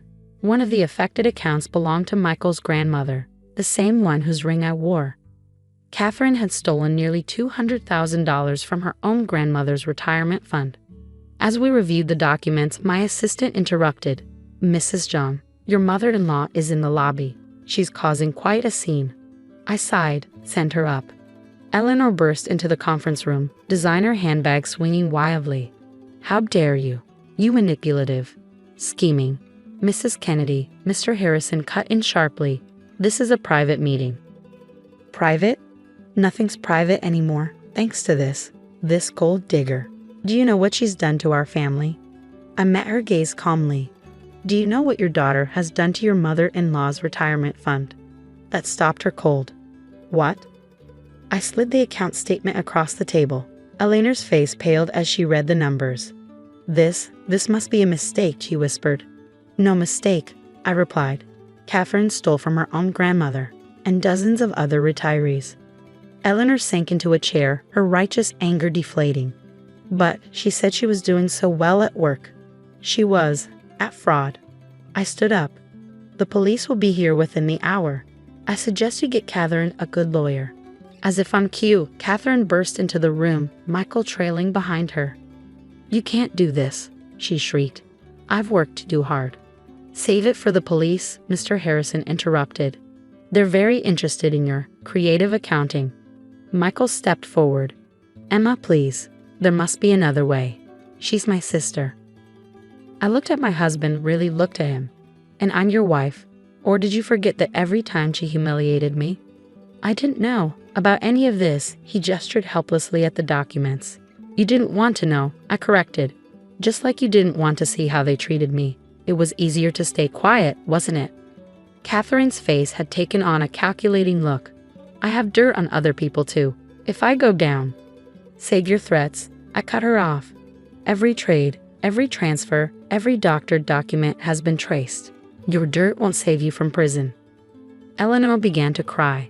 "Think of our family name." "Like you thought of your mother's retirement?" I asked quietly. "She trusted you with her account, Catherine." They all did. The police arrived minutes later. As they led Catherine away in handcuffs, she turned to Michael one last time. "Are you really going to let her destroy our family?" Michael stood frozen, torn between family loyalty and moral obligation. In that moment, I made my decision. "Send the divorce papers to my lawyer," I told him. "I'll have my things out by tonight." "Emma, wait." He caught my arm. "I know I failed you, but please, give me a chance to make it right." I gently removed his hand. "You had 3 years of chances. Every time they belittled me, every time they treated me like dirt. Those were chances to stand up for your wife. You chose your side long ago." The aftermath was swift and merciless. Catherine pleaded guilty to multiple counts of fraud and theft. She was sentenced to 8 years in prison in order to repay millions in restitution. Eleanor and Michael's father had to sell their country club membership and downsize their home to help cover Catherine's legal fees.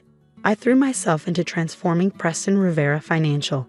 We implemented stricter oversight measures, modernized our technology, and established a restitution fund for Catherine's victims. Michael's grandmother was the first to receive full compensation. Months passed. I granted Michael an amicable divorce, even letting him keep the apartment. Some called me too generous, but I remembered the kind man who'd forgotten his wallet that rainy day. He wasn't a bad person, just a weak one.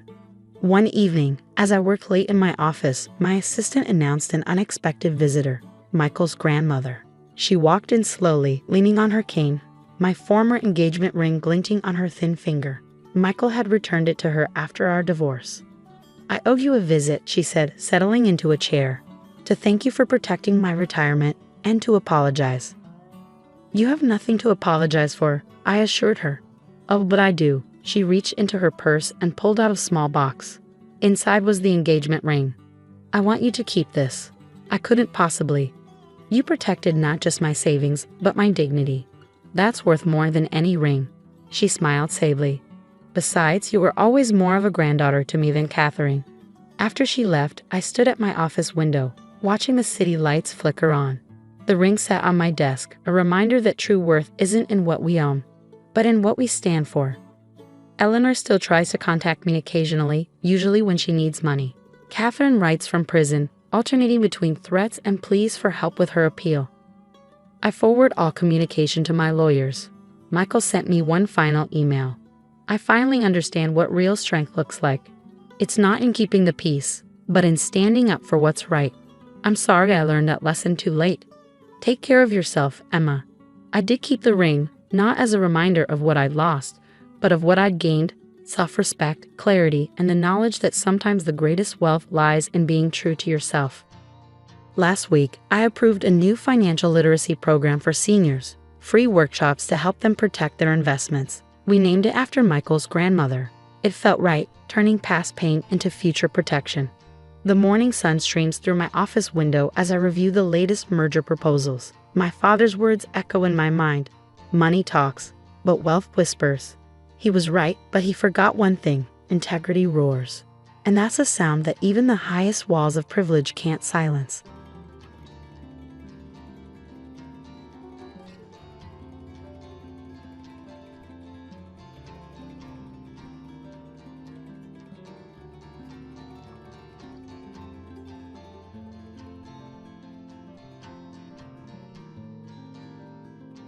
"Hang in there, Emily. I'm here for you," Jason says, holding Emily's hand tightly. They are so focused on the childbirth that they don't notice me. I resist the urge to react angrily and remind myself to stay professional. Inside, I'm thinking about how to handle this situation. I think my colleague just looked at me in surprise. I need to stay calm and do everything I can to make sure the baby is born safely. After the birth, I look into the room and see them being affectionate with each other, not paying attention to anything else. "You did great, Emily." "Congratulations," I say. "Thank you, Jason," she replies. "Yes, the birth of a baby is a happy event. We should celebrate, I think," grabbing my phone. By the look on my colleague's face, I probably seem upset. First, I call my mother-in-law. "The baby is born. Please come over." After inviting all the relatives, I reflect on my role. My name is Natalie Miller, a 33-year-old working mom. Inspired by my mother, I became a midwife. My mom delivered many babies, celebrating with the parents sometimes and feeling sad when she couldn't save a life. Watching her over the years made me want to be a midwife too. My dad doesn't say much, but he's always been quietly supportive. Both my parents are people I'm really proud of. But there's one family member who's been more challenging. My sister Emily. She lives at home and doesn't have a job, often asking us for money. When I got married, I started keeping my distance from her. "Do what makes you happy, Natalie," my husband Jason would say, always understanding my decisions regarding Emily. That's why I trust Jason so much. Jason works in it, and we're both so busy that we hardly have time for each other. We don't have kids yet. Sometimes I wish we did, but I also like the idea of just us two in our later years. "Don't push yourself too hard, Natalie. Take care of yourself," he tells me often. We live with Jason's mom now. His dad passed away, and we didn't want her to live alone. She's incredibly kind, never pressuring us about not having kids and always looking after me. I feel lucky to have her, even if it sometimes feels like she's the one taking care of me. My days are usually filled with hard work at the hospital. Today was no different, with a complicated delivery that kept me there overnight to care for a premature baby. That's the situation, so I won't be coming home until tomorrow, I told Jason over the phone. "I see. Should I pick you up tomorrow then?" "What about work?" Jason asked, making me quickly check the calendar. Tomorrow was just a regular Thursday, no holiday or special occasion. In my job, I sometimes get weekdays off, but Jason, who works a regular office job, would normally be working on a weekday. Well, I actually had to work on a recent day off. They told me to take a compensatory day off in return. "Really? Well, if you can pick me up, I'd appreciate it," I replied to Jason without much hesitation. The next day, after a very exhausting shift, Jason and I went out to eat, and as soon as we got home, I fell asleep. When I woke up, it was already evening, and my mother-in-law was busy cooking dinner in the kitchen. "Mom, I'm sorry. Let me help you," I offered. "It's okay, dear. Jason told me you've had a tough day, haven't you?" "Just rest," she reassured me warmly. I felt relieved by her caring words. Anyway, dinner's almost ready, so there's not much left for me to do. Jason got called into work. "Let's just have dinner together," she suggested, and I nodded in agreement. During dinner, she kept giving me concerned looks. "Is something bothering you?" she finally asked. "I'm just wondering how things have been between you and Jason lately," she continued. "We're the same as always, I think," I replied. "That's good to hear," I replied, puzzled by my mother-in-law's demeanor. I wanted to ask more questions, but she avoided the topic. I figured if it was serious, she would share it with me in time. So I decided not to pry further. Since then, Jason and I seem to be missing each other a lot. We used to spend time together on our days off, sometimes with my mother-in-law joining us for a drive. Lately though, he's been busy with work. We hardly cross paths at home, and meaningful conversations have become rare. Still, we stay connected through calls and messages, so I never doubted our relationship. Life felt a bit frustrating. One day, encouraged by my mother-in-law, I went shopping with her to take my mind off work. Engrossed in our outing, I was caught off guard when suddenly, "Oh sis, long time no see, huh?" I came face to face with the last person I wanted to see. Emily approached with her usual mischievous smile, still as beautiful as ever, which annoyed me. I thought about escaping, but I couldn't just leave my mother-in-law behind. While pondering my options, Emily walked right up to us. "You still look exhausted. I can't believe you're my older sister," Emily remarked. "Mind your own business," I retorted sharply. "Speaking of shopping, since you're out, you must have money, right?" "Treat me," Emily said with her usual audacity. Here we go again, I sighed inwardly. Since we were young, Emily had always been asking me for money and favors. I've never been one to be taken advantage of, so I've always refused her requests. But she never seems to get the hint. If I didn't give it to her, she would try to take it. My suspicions were confirmed when I caught Emily stealing money from my wallet. My parents and I gave her a serious scolding, but she didn't show any remorse. After that incident, she continued trying to steal from me and even targeted my friends and boyfriends. "She's bullying me," Emily would claim, spreading lies about me. While my true friends stood by me, some of my boyfriends ended up leaving me for Emily. This is why Emily and I have never gotten along. I had planned to distance myself from her after high school. But since my mom is a senior midwife and Emily would visit our family home, our paths inevitably crossed. It wasn't until after I got married that we finally grew apart, and yet here she is, standing right in front of me. "Why are you here?" I asked sharply as we were shopping at a mall near Jason's parents' house. It was a place Emily couldn't easily reach from our family home without a car. She never bothered to get a driver's license, claiming it was too much hassle, and she avoided using public transportation. "Well, how should I know? By the way, you're still handling other people's babies. When are you going to have one of your own?" Emily taunted. "What's that supposed to mean?" I retorted, taken aback. "Looks like I beat you to it," she said, rubbing her belly. I noticed she had baby items with her. Was she pregnant? I hadn't heard anything about her getting married. Whose child could it be?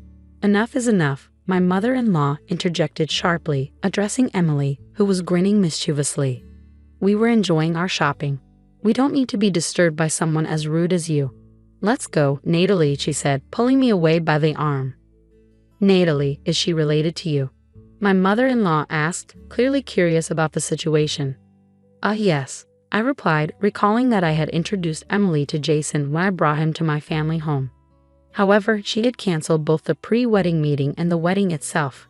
It dawned on me that my mother-in-law and Emily had likely never met. "She's my sister." "I see," my mother-in-law responded, her expression complicated. I sighed, sensing the tension. Half a year passed by quickly. Jason grew even busier, often not responding to my messages, and my mother-in-law seemed to be spending more time away from home, leaving me alone on my days off. I was expressing my frustrations to a colleague when we received a call about a pregnant woman whose water had broken and was being brought to our hospital. Her name was... What? It was Emily, my own sister. My colleagues noticed my shock and asked if I was okay. Collecting myself, I replied and headed to work. As I entered the delivery room, I was surprised to see a familiar face. "Stay strong, Emily. You can do this," I encouraged. To my bewilderment, Jason, who should have been at work, was there beside her, looking like a devoted father-to-be. "What?" I couldn't help but emit a low groan. I noticed the doctor flinch slightly, but I couldn't take my eyes off the scene unfolding before me. "Hang in there, Emily. I'm right here," Jason said, tightly holding Emily's hand, completely absorbed in the moment. I felt a surge of frustration but pushed it aside to focus on my duties. My colleagues seemed taken aback, likely noticing my tense expression. I had to remain composed and ensure the safe delivery of the baby. "Dad, please hold Mom's hand tightly," I urged Jason, but he remained fixated on Emily, oblivious to my words. It was maddening, but I had to stay focused. An hour later, the baby was safely born. "Congratulations." "Thank you." Jason's attention was now completely focused on the newborn baby. It's both a strength and a weakness of his, to be so absorbed in one thing that he often misses other cues, like my icy glares. Leaving the delivery room to my colleagues, I pondered what to do about the situation with those two. After completing my duties, I peeked into their room and found them wrapped up in each other, oblivious to everything else. "You did well." "Congratulations, Emily," I said. "Thank you, Jason," she replied warmly. "Yes, the birth of a baby is a joyful occasion. We should celebrate this in a big way," I thought to myself, grabbing my smartphone. Seeing the surprised look on my colleague's face, I realized I must have been wearing a stern expression. I called my mother-in-law first. "The baby's been born. Please come over," and as a result of inviting all the relatives. "Natalie, were you pregnant?" asked one of the relatives who had gathered quickly. My parents looked shocked, sensing my emotions from just my smile. "Everyone, please calm down. I'll explain everything," I reassured them. "I don't see that fool and your sister," someone remarked, clearly referring to Jason. I wondered if my mother-in-law knew something. With that thought, I led all the relatives to the room where they were. "Excuse us." "Oh, Natalie," I exclaimed as I entered suddenly, catching Jason and Emily off guard. Their faces went pale as more relatives filed into the room. Meanwhile, my mother-in-law's face flushed red with anger. "That foolish son," she muttered under her breath. Confusion filled the room until my mother-in-law spoke up, addressing me first. "I apologize for the trouble caused by my foolish son." "No, you're not to blame. Did you know about the affair?" "Yes, actually," my mother-in-law admitted. She recounted how she had once seen Jason and Emily walking together and had wanted to confront me about it, but never found the right moment. That explained her recent odd behavior. She had been secretly investigating ever since, even hiring a private investigator. "Wait, what about your job?" I asked, trying to grasp the full extent of the situation. "Well, about that, Jason quit," she revealed. Sadly, what? I couldn't believe it. This new revelation left me stunned and deeply disappointed. "Since when?" "About a year ago." I was beyond angry now, and it seemed the relatives shared my feelings as they glared coldly at Jason and Emily. "You understand, right, Jason?" I demanded, looking at him for an explanation. "Yes." "And Emily, once you're discharged, do you understand too?" "Yes, I get it," Emily replied sullenly, contrasting Jason's downcast demeanor. Seeing her attitude, I resolved not to show any mercy. Afterward, I carefully reviewed the evidence my mother-in-law had collected. Currently, Jason was being closely watched by the gathered relatives, while Emily was under scrutiny by her own parents. With the evidence at hand, it seemed likely that I could pursue a divorce. Jason had truly proven himself a fool. "No, I apologize for my foolish younger sister," I responded. Then, realizing their curiosity, I continued, "By the way, if you don't mind me asking, why is your sister like that?" "Oh, it's probably because of our aunt," I explained. "She's a single lady without children who always doted on Emily. With our busy mother, reserved father, and my outspoken nature, Emily naturally gravitated towards an aunt who validated her and spoiled her. Despite my mother's efforts to create distance between them, it seems they stayed in touch behind her back. Unlike Emily, I wasn't pampered like that, and I often told our aunt not to spoil her too much. Perhaps Emily found me annoying and kept her distance. You must have had a tough time," sympathized my relative. "Well, she's been a handful since we were kids," I admitted. Even so, I can't entirely blame your aunt. I wonder where I went wrong with Jason, mused my mother-in-law. Her comment made me smile ruefully. I had been completely deceived by Jason. I had always seen him as genuinely kind. Had I been blind? Later, I found out that the relatives had questioned Jason. According to their conversation, Jason and Emily had first met when I brought him to my parents' house. Emily had then said, actually, as I listened to my mother-in-law lament about Emily, she revealed how Emily had cunningly obtained Jason's contact information and started an affair with him. Despite my warnings about Emily's character, Jason, inexperienced with relationships even during his college days, fell into her trap. I had been relieved when he introduced me as his girlfriend. Thinking he had moved past any potential entanglements with Emily, it was a shock to realize how wrong I had been. In the midst of this conversation, I received a call from Emily. I put her on speakerphone and answered, "Hey sis, Dad and the others are just concerned about you. They'll leave once things settle down." "You brought this on yourself," Emily retorted. "Mom is just worried about you," I sighed, feeling exasperated by her lack of understanding. Emily persisted, "If you're willing to pay them off now, I'll send Mom and the others home." "That's impossible. I just gave birth and I don't have any savings," Emily replied defensively. "Then you'll have to tolerate being watched," I replied firmly. "Hey sis," suddenly, Emily's voice cut off, leaving the conversation hanging. "Sorry, I took her phone away." My dad's voice came through before the call abruptly ended.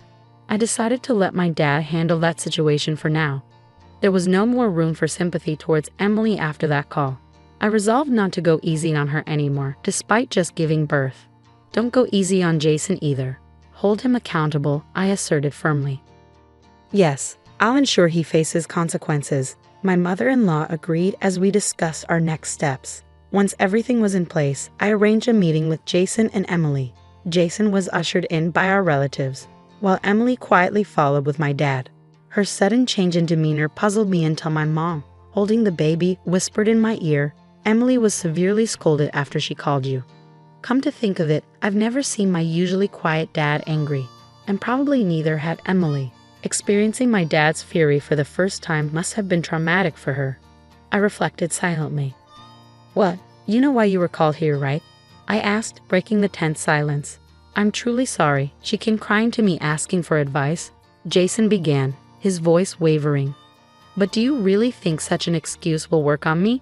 I continued, staring at Jason, who avoided my gaze. Reflecting on the past, Jason had often upset me, although we ultimately chose to live together. At first, he had attempted to move in with my mother-in-law and me without discussing it, causing tension. After confronting him, we agreed on living arrangements, and I had hoped he learned from that incident.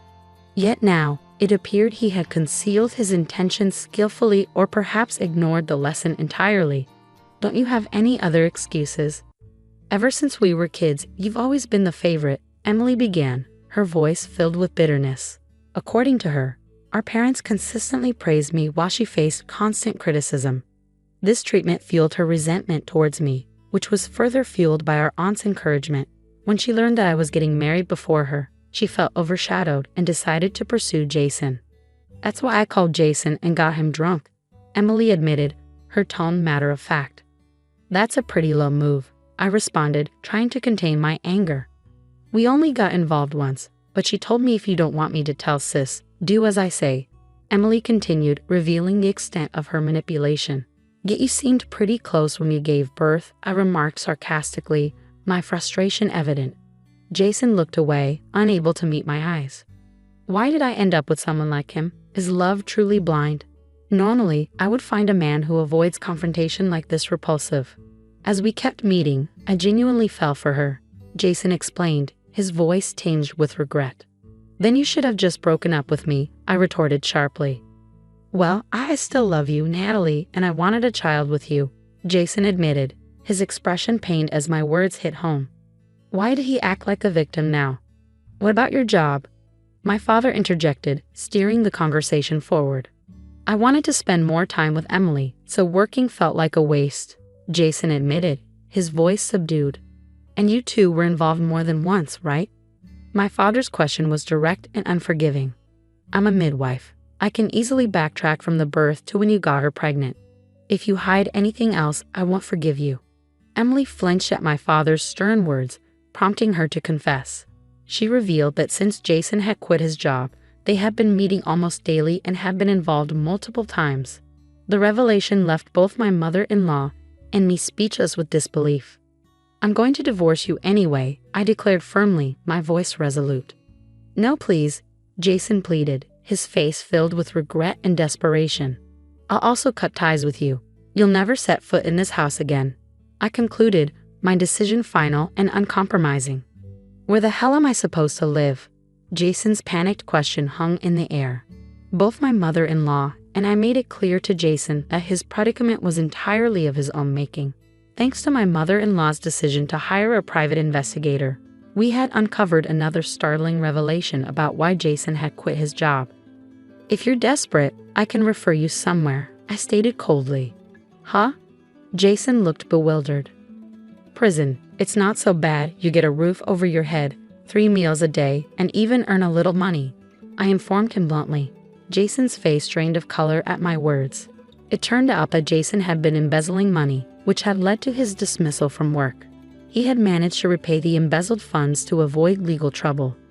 But that money came from selling off my savings and my mother-in-law's possessions. The realization hit me hard. I had been oblivious to his actions, and I felt deeply betrayed and foolish. Natalie, I'm not going to show any mercy. If you keep arguing, I'll hand you over to the police. I cut Jason off, my voice firm and resolute. He slumped under my cold stare, realizing the gravity of the situation. I had already arranged for the police to be there, waiting for the moment. Emily, don't you dare call me sister again. I truly despise you from the bottom of my heart, I declared firmly to Emily, who was escorted away by my father. That was the last interaction I had with her. Now, moving forward, we wasted no time packing our belongings and decided to move to a new home, ensuring safety from any potential return by Jason. The new place is closer to my hospital workplace, and we've extended invitations to my parents to join us. This marks a proper farewell to Jason and Emily. Since then, Jason was found wandering around our empty old house and was taken away by some intimidating men in black suits. Meanwhile, Emily has found a new job and has been working diligently, juggling multiple part-time jobs. My parents informed me of this. They decided to leave Emily with the house as a final act of kindness. She likely spends her days working hard to maintain it. Despite everything, she's resilient. In our new home, we've been raising Emily's child together. My mother, despite being retired, has a wealth of baby-raising knowledge, and my mother-in-law has been a constant source of support, caring for the child with love and dedication. Thanks to them, I've been able to nurture the child with confidence. Financially, my father and I are stable, each contributing to the household. Though not related by blood, this child was long awaited and has brought immense joy into my life. I'm grateful to my mother and mother-in-law for their unwavering support in this journey. I've renamed her Mindy and consider her my own. One day, she may come to understand her origins and face challenges because of it. When that time comes, I'll be there by her side, supporting her through it all. Until then, my goal is to be the kind of mother she can always be proud of. Today, I cherish life and hope for boundless happiness for Mindy and the new life that has come into our world. With this prayer in my heart, I'm ready to face whatever challenges life brings.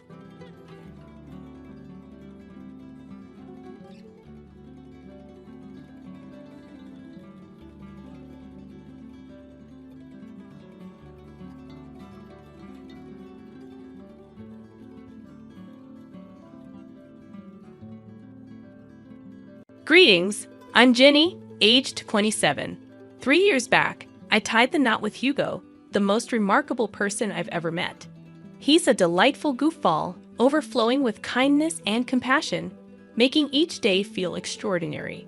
Regrettably, the same sentiment doesn't extend to his mother, Maria, also known as my mother-in-law.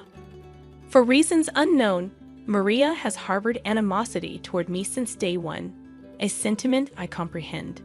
After all, Hugo is her cherished son, and she's merely safeguarding his interests.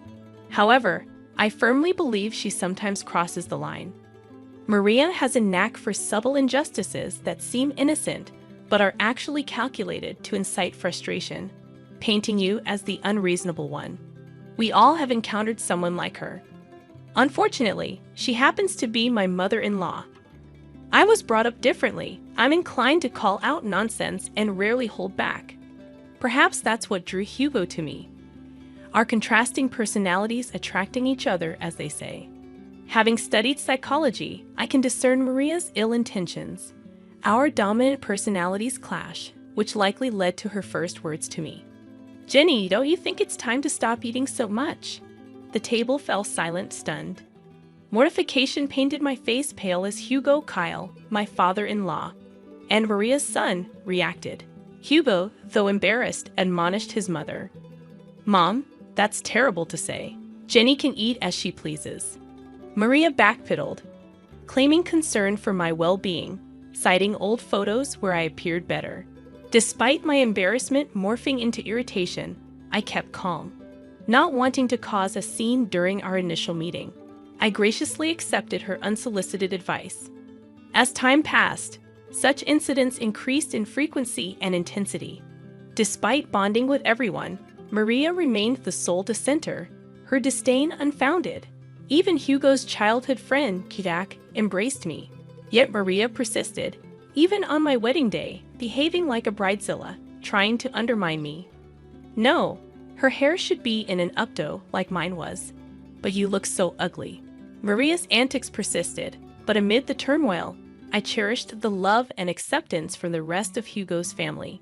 The gasps from the bridal party were audible, yet I found myself unsurprised, having grown accustomed to such situations. In an attempt to rectify her words, my mother-in-law hastily backtracked. "Oh no, darling, that's not what I meant. You have the potential to look so much better. I see a lot of myself in Jenny. She's a bright young woman. Despite looking better at her age, I'd like to say she's beautiful in her own way." While my father-in-law managed to quell her ruthless antics on that day, the lingering pain and bitterness persisted. It went against my nature to remain silent and passive. My vibrant energy was diminishing, drained by this woman who seemed determined to undermine me. Fast forward 3 years to the current events of our story. We gathered at Hugo's childhood home, his parents' residence, for dinner on a Sunday night. My mother-in-law had graciously invited us, including Jack, indicating something significant was afoot. I had my suspicions, which were later confirmed, making the dinner plan seem more calculated. As the evening unfolded, my mother-in-law seized everyone's attention, announcing an important revelation. Armed with a paper, she began reading. "Attention, everyone. I have an announcement. Since my birthday is approaching, I want to share my plans. We're going to Hawaii." The paper confirmed the trip, met with excitement from everyone at the table. "That sounds fantastic." "What? Amazing news, Jenny. I've always wanted to go to Hawaii. This is great news. I'm so excited. Thanks so much, Ma." "Actually, you're not coming." "Honey, what do you mean? This wasn't part of the plan." I made some last-minute changes and canceled her ticket before incurring extra charges. So, my ticket was already purchased, and she just canceled it. Why does she hate me so much? Mom, what are you talking about? In the ensuing chaos, Jack and I remained silent. Harsh words flew back and forth until Maria finally offered an explanation. Okay, fine. I'll tell you why I thought Jenny shouldn't join the family event. As I'm getting older, I want to spend my remaining years with those I care about most. Unfortunately, Jenny doesn't belong on that list. Mom, really? What's wrong with you? Nothing's wrong with me. I'm just saying Jenny can't be considered family since she's not related by blood. By that logic, Jack shouldn't go either, right? He's not technically family, as you're stating. But we all know that's preposterous. He is part of the family. Since Hugo and Jenny got married, she's family too. Well, Jack is different. He's always been here, our sweet baby angel. But Jenny hasn't. I'm just not comfortable with her on the trip. It's my birthday, and I get to decide. Come on, Jenny, we're leaving. My resolute no reverberated through the room, capturing everyone's attention, including my adversary, who had been struggling to contain a smile. However, Her expression turned serious at once. Maria, it's been evident from the start that you harbor disdain toward me. For 3 years, I've endured your unbearable behavior. Do you think we're blind to your actions? Do you believe we don't see your narcissism? Watch your tone, young lady. Remember, you're in my house. And it won't be for much longer. In fact, I'm about to leave. But before I go, there's something I need to say. I addressed my beloved husband, whose eyes burned with anger as he looked at his mother. Darling, I love you completely, and I've tried to weather this storm for so long. But it's clear now that your mother will never embrace me into this family, no matter how hard I try or how often I hold my tongue. She'll always find fault with me. You should go on this trip. You can't miss it. Despite her quirks, she's still your mother, and you love her, and she loves you. So go. Don't worry about me. I'll manage. Turning to my mother-in-law, who appeared stunned by my words, I continued. And as for you, unfortunately for you, I'm in love with your son, and I'm not going anywhere. You might think you can push me out, but I'm here to stay. Even in Hawaii, you'll be thinking of me because, let's be honest, I think you're fixated on me. How dare you? I ought to slap you right now. I'm not done. You're fixated on me, obsessed with tearing me down, and I can't fathom why when all I've done is extend kindness and patience, even when you didn't deserve it. But enough is enough. If you don't want me in Hawaii or consider me part of the family, fine. But I will always be here. As long as I breathe, I'll be here for Hugo, Kyle, and even Jack, but never for you. In that moment, I realized I had finally silenced her. She stood with her mouth agape, seemingly searching for words that her mind wouldn't allow. I bid farewell to the other family members, kissed my husband on the cheek, and headed towards the exit. Let me drive you home, at least. I can't let you take a cab. Don't worry about me, babe. I love you, and thank you for loving me. But I'll be fine. You have a trip to discuss. Okay, if you say you'll be fine, I'll believe you. Oh, don't forget your purse. Right, my purse. I left it in the kitchen. Upon reaching the kitchen, where Maria had retreated, presumably to catch her breath after the altercation, I encountered her. What do you want? Don't worry about me, sweetheart. I'm just here to collect my things. Well, make it quick. I want you out of my house. I can't believe you said those things to me. With that, she swiftly stormed out, too filled with anger to see me off. In that moment, I scoffed at her absurdity, grabbed my purse, and noticed a piece of paper next to it. Assuming it was the trip itinerary, I grabbed it to sneak a peek at what I was missing. As I began to read, I discovered Maria's handwriting. Dearest Jack, you've always been like a son to me, and I love you dearly. Oh, it's a letter to Jack. A bit strange, but I suppose it's thoughtful. For some reason, my curiosity led me to read further. The love and care you've shown me throughout the years will never be forgotten. Regrettably, even in my son Hugo's case, I feel the love we once shared is no longer there. Wait, is she saying she loves Jack more than Hugo? That can't be right. Persisting in reading the letter, each line intensified my astonishment. The revelations were difficult to fathom. Although I recognized it wasn't my place to read the letter, I couldn't help but be grateful for stumbling upon it. After absorbing its entirety, I paced the kitchen, contemplating my next steps. Suddenly, it struck me. Everyone who needed to know about the letter was in that room. It was time to act. Rereading the letter to confirm its contents, I sauntered into the dining room, where only 3 pairs of eyes met mine. Jenny, I am profoundly sorry for what my wife is subjecting you to. Don't worry at all. You're coming to Hawaii with us. She's just going through a rough patch right now. I'll talk to her and make her see reason. I don't know what's gotten into her, but I'll sort it out, I promise. Kyle, please don't concern yourself with me. As I mentioned, I'm fine. In fact, I've stumbled upon some interesting news that I need to share with everyone, especially Hugo.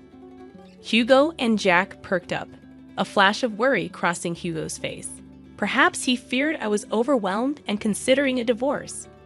Whenever I complained about his mother, he'd empathize, marveling at how I endured her antics. I'd reassure him it was my love for him that kept me going. Noticing Maria's absence, I inquired, "Where is Maria?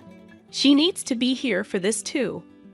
I mentioned earlier, she's a bit under the weather after your confrontation. Mentioned a headache and opted for a nap upstairs. She won't be down for a while. You know how she is about her beauty sleep. Familiar with Maria's peculiar habits that often inconvenienced others, I sighed in frustration. This is crucial. She has to be here. It's okay, Jenny. You can share with us, and we'll fill her in when she wakes up. Contemplating the information I possessed, I hesitated. I wanted to witness her embarrassment. "I think you should go ahead and tell us, sweetie. It's okay, and you know Hugo struggles with anxiety. It wouldn't be good to keep him waiting." True, Hugo's anxiety could escalate quickly, and I observed him beginning to fidget in anticipation. "All right, I'll share with you what I found." While I was in the kitchen, gathering my purse and preparing to leave, I stumbled upon something intriguing that I believe you all need to know about. Retrieving the paper I found, I began to read aloud. It reads, "Dearest Jack, you know that you have always been like a son to me, and you know that I love you dearly. And the love and care you have shown for me throughout the years will never be forgotten. I hate to admit it, but even when it comes to my son Hugo, I feel as though the love we once shared is no longer there. Hugo and I just don't see eye to eye like we used to, and honestly, I think it's because of Jenny. Ever since he married that girl, he no longer has time for me. He doesn't love me, and therefore, I don't think I love him. I love you, and you are my son. With that being said, I want to let you know that I am going to update my will so that you inherit all of my belongings and not Hugo. I know it might hurt him, but honestly, at this point, I don't care. It's that wretched Jenny girl. She's the one who has poisoned my love for him. I hope you receive this letter well. The reason why I didn't want to approach you about it in person is that, and it pains me to admit this, I couldn't risk seeing the rejection on your face. I know you love Hugo like he's your brother, and most likely you won't approve. But I don't care. I'm giving you everything. The money, the house, the cars, and even my small businesses. They're all yours, whether you like it or not. If you want to talk about this further, please call me, and we can discuss it. I look forward to hearing your response. I will love you forever and always, your second mom." After finishing the letter, I glanced up to witness a flurry of mixed emotions. Kyle appeared on the verge of tears. Jack seemed stunned, but Hugo looked like he was on the brink of losing his temper. I can't believe she said all those things. Is she serious? So, she'd exclude me from her, well, just to spite me and Jenny? She's officially lost her mind, guys. I don't even know what to say. This has gone too far. I'm fed up with her toxic behavior. What are we going to do? In that moment, I had an idea. A week passed, and it was time for the planned Hawaii trip. Maria woke up to find a letter from her husband on her bedside table. It read, "Good morning, beautiful. We decided to let you catch up on your beauty sleep. Don't worry, your bags are packed. Just meet us at the airport." Maria hurriedly got ready and rushed to the airport, searching frantically for her travel companions. She tried calling them, but no one answered. Assuming they had already boarded, she boarded her flight, hoping to catch up with them in Hawaii. During the 12-hour flight, she landed and video called Kyle. "Hey, Kyle. Where are you guys? I woke up late and found your note, but none of you are answering. I assumed you boarded without me. Where are you? Let's start the festivities." "That won't be happening, Maria." "What do you mean? Where are you?" "I'm at home." "What? Why are you at home?" "You see, Maria, Jenny brought some important information to our attention last week, and since then, we decided we'd rather spend time in Florida with her than anywhere else with you." Maria gasped. "You think we wouldn't find out?" "What, my baby? Don't baby me. You were really going to cut me out of the will, Mom." Who? How did you even find out about that?" "Oh, that wretched girl you despise so much. Jenny found your letter in the kitchen. I don't know what you're talking about, Maria. Lying right now is only adding more nails to the coffin. Jack, tell them, you've got to believe me. I did nothing of this sort. We all read the letter, Maria. The game is up. But I didn't do anything. Jenny is making everything up. Oh, am I? You are so pathetic. It actually makes me sick. We all know what you said and what you tried to do. Thank goodness I was nosy enough to read the whole thing. Hugo, Kyle, please. No, Maria. Enough is enough. You're done.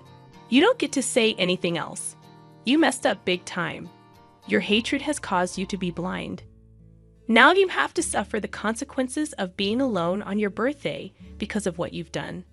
I hope you can use this time in Hawaii to reflect on your actions. But I'll be alone. It won't be fun. Maybe people would like to hang out with you more if you weren't such a raging witch. Have fun. And with that, Kyle hung up the phone. We all let out a sigh of relief. I was the first person to start laughing, eventually joined by Hugo, and before we knew it, we were all bursting with laughter at the dining table, just laughing at the sheer absurdity of the situation. The look on her face once she realized the game was up was priceless. Her face turned pale, all the blood drained from her face, and it was evident that it was the first time in a long time that she felt embarrassed. Marianne had to spend her vacation alone, frequently calling Kyle to see if he would at least come and join her because canceling the reservations she made would be expensive. But every time he kept denying it, stating that when she comes back, they were going to have to implement some ground rules if she still wanted to be married to him. Maria began to be very apologetic and frantic, a complete 180 from her usual demeanor, which was genuinely surprising. Hugo also mentioned that if Maria still wanted to be in his life, she had to make a drastic change in her attitude. Otherwise, he was ready to walk out of her life forever. Their relationship remained rocky, and Hugo asserted that if Maria ever disrespected him again, even with the smallest snide remark, he would cut her off completely, just as she had planned for him. As for Jack, he decided it was best to stop being overly accommodating to Maria, as it was clearly enabling her toxic behavior. So not only did Maria end up spending a miserable time in a beautiful place, but she also risked losing the 3 most important people in her life. She now has very strained relationships with all of them, and she has to change for the better. Regarding me, I messaged her, stating that I need time to decide if I'm going to forgive her for all of her injustices. She was apologetic and begged me to talk some sense into the men in her life. I refused, stating that this is the bed she made for herself, and now she has to lie in it. To this day, Maria is still attempting to mend the very broken relationships that she caused. I just hope she learned her lesson.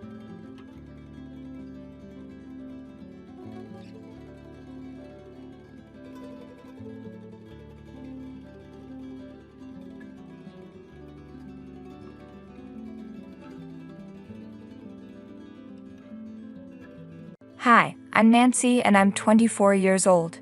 Getting married might have been a questionable decision for me. I was young and thought I'd found the love of my life, but things changed quickly. I wish I could remember everything perfectly, but honestly, I'd rather forget.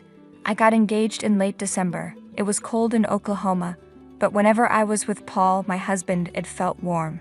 His mom, Jackie, seemed like a calm woman, someone who'd be easy to live with. Paul's dad wasn't around anymore, so I respected Jackie a lot for raising him on her own. Unfortunately, this would end up affecting our relationship in a big way. You can marry him, but he'll always be my boy, understand? Jackie told me that the first day after the wedding, her tone was off, and suddenly, the calmness I saw in her was gone. She sounded strict and bitter. Had I done something wrong? Of course, Jackie, you are his mom after all. You can think of me as your daughter too if you'd like, I said. I don't need a daughter. Now go do the dishes. I want you to make something fresh and delicious for your first day. You've got to impress your mother-in-law, right? Oh, okay, of course, Jackie. I'll do my best. Why was she being so rude to me all of a sudden? I couldn't figure it out. It was like she was a completely different person. Paul was somewhere in the backyard trimming the bushes, but I was sure he could hear us. Either way, I cleaned the kitchen for lunch. No one had cleaned the dishes from the night before, so I had to do it all by myself. It felt like I was doing someone else's work, but I didn't complain. Maybe Jackie was just having a bad day. It would get better in a day or two, I was sure of it. Later in the evening, I relaxed with Jackie and Paul. He and I were talking a bit, but Jackie kept giving us looks. Soon, I prepared dinner for the first time for Jackie. I was desperate for her approval. "Oh, this food is kind of terrible. Where'd you learn how to cook?" Jackie said. "Oh, come on, Mom, it's not that bad," Paul chimed in. "It's that bad, Paul. I thought you loved this dish," I replied. "Get over yourself. My son has higher standards than that, don't you, my baby?" "Yeah, Ma, I don't think it's all that bad, just add some salt." "Honestly, I'm surprised it's edible. You could have cooked the meat more, Nancy. Any more undercooked and I'd swear the slime was still bleeding." "I'm so sorry. We can throw it out, and I'll make something else really fast." "Oh no, please sit down and eat. The damage is done. Paul, call the ambulance. I'm about to eat this. If my liver fails, know that I love you. And Nancy, know that your food barely qualifies as edible." These taunts only became more frequent with time. Jackie would force me to cook and then insult the food until it was too cold to eat. She'd even complain when we got takeout from a local fast food place. "You know, Nancy, I don't think it's worth gaining as much weight as you have over food that tastes like this. Honestly, how did you even manage to marry my son when your taste in everything else is so terrible?" I couldn't take it anymore and ran out crying. Paul came to me about half an hour later. He was such a different man around his mother. When I met him at work, he was vocal and encouraging. Now it was like he was chained to his mom, never standing up for me or saying anything. "Hey, I'm sorry about the way things have been lately. I know you and Mom are not getting along. Look, she's just not used to having another person around, so she's lashing out. I know in my heart that she loves you." Paul and I were talking things over one day. Jackie had gone out to do some grocery shopping, so we had some alone time. "Paul, you couldn't be more clueless. Your mom always sounds like she hates me and everything I do. I've tried my best, but it's not working out. What do I even do here?" "Time, Nancy, just give it time. She'll soften up, I know it. You're the one who's gone soft. You never say anything to her. You never take a stand for me." "What happened to you, Paul? What happened to me? I'm the same. I don't know what you're talking about, but that woman is my mother. Why would I ever stand against her? Because she's being horribly unfair to me. What did I even do to deserve this from her? I'm just trying to be part of the family. And that's the problem, Nancy. Being part of the family will take time and effort. Lots of it. I just say roll with the punches. It'll grow on you." This is her way of showing love, okay? Forget about it. "How about we go catch a movie?" I suggested. Paul replied, "I just feel like being alone right now."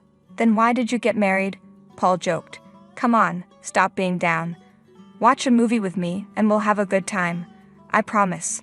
I finally agreed, even though I was unhappy with how things had been lately.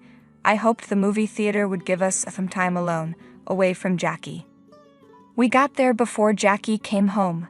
Once we had our popcorn and settled in our seats, Paul's phone rang. "Hello, Mom. Yes, we went to watch a movie. I left a note on the fridge. Didn't you see it? What do you want to talk about now?" "Okay, hold on. What happened?" "I'm so sorry. I think I need to talk to her for a minute. I'll step out and be back in just 5 minutes, okay?" Paul got up and left the theater.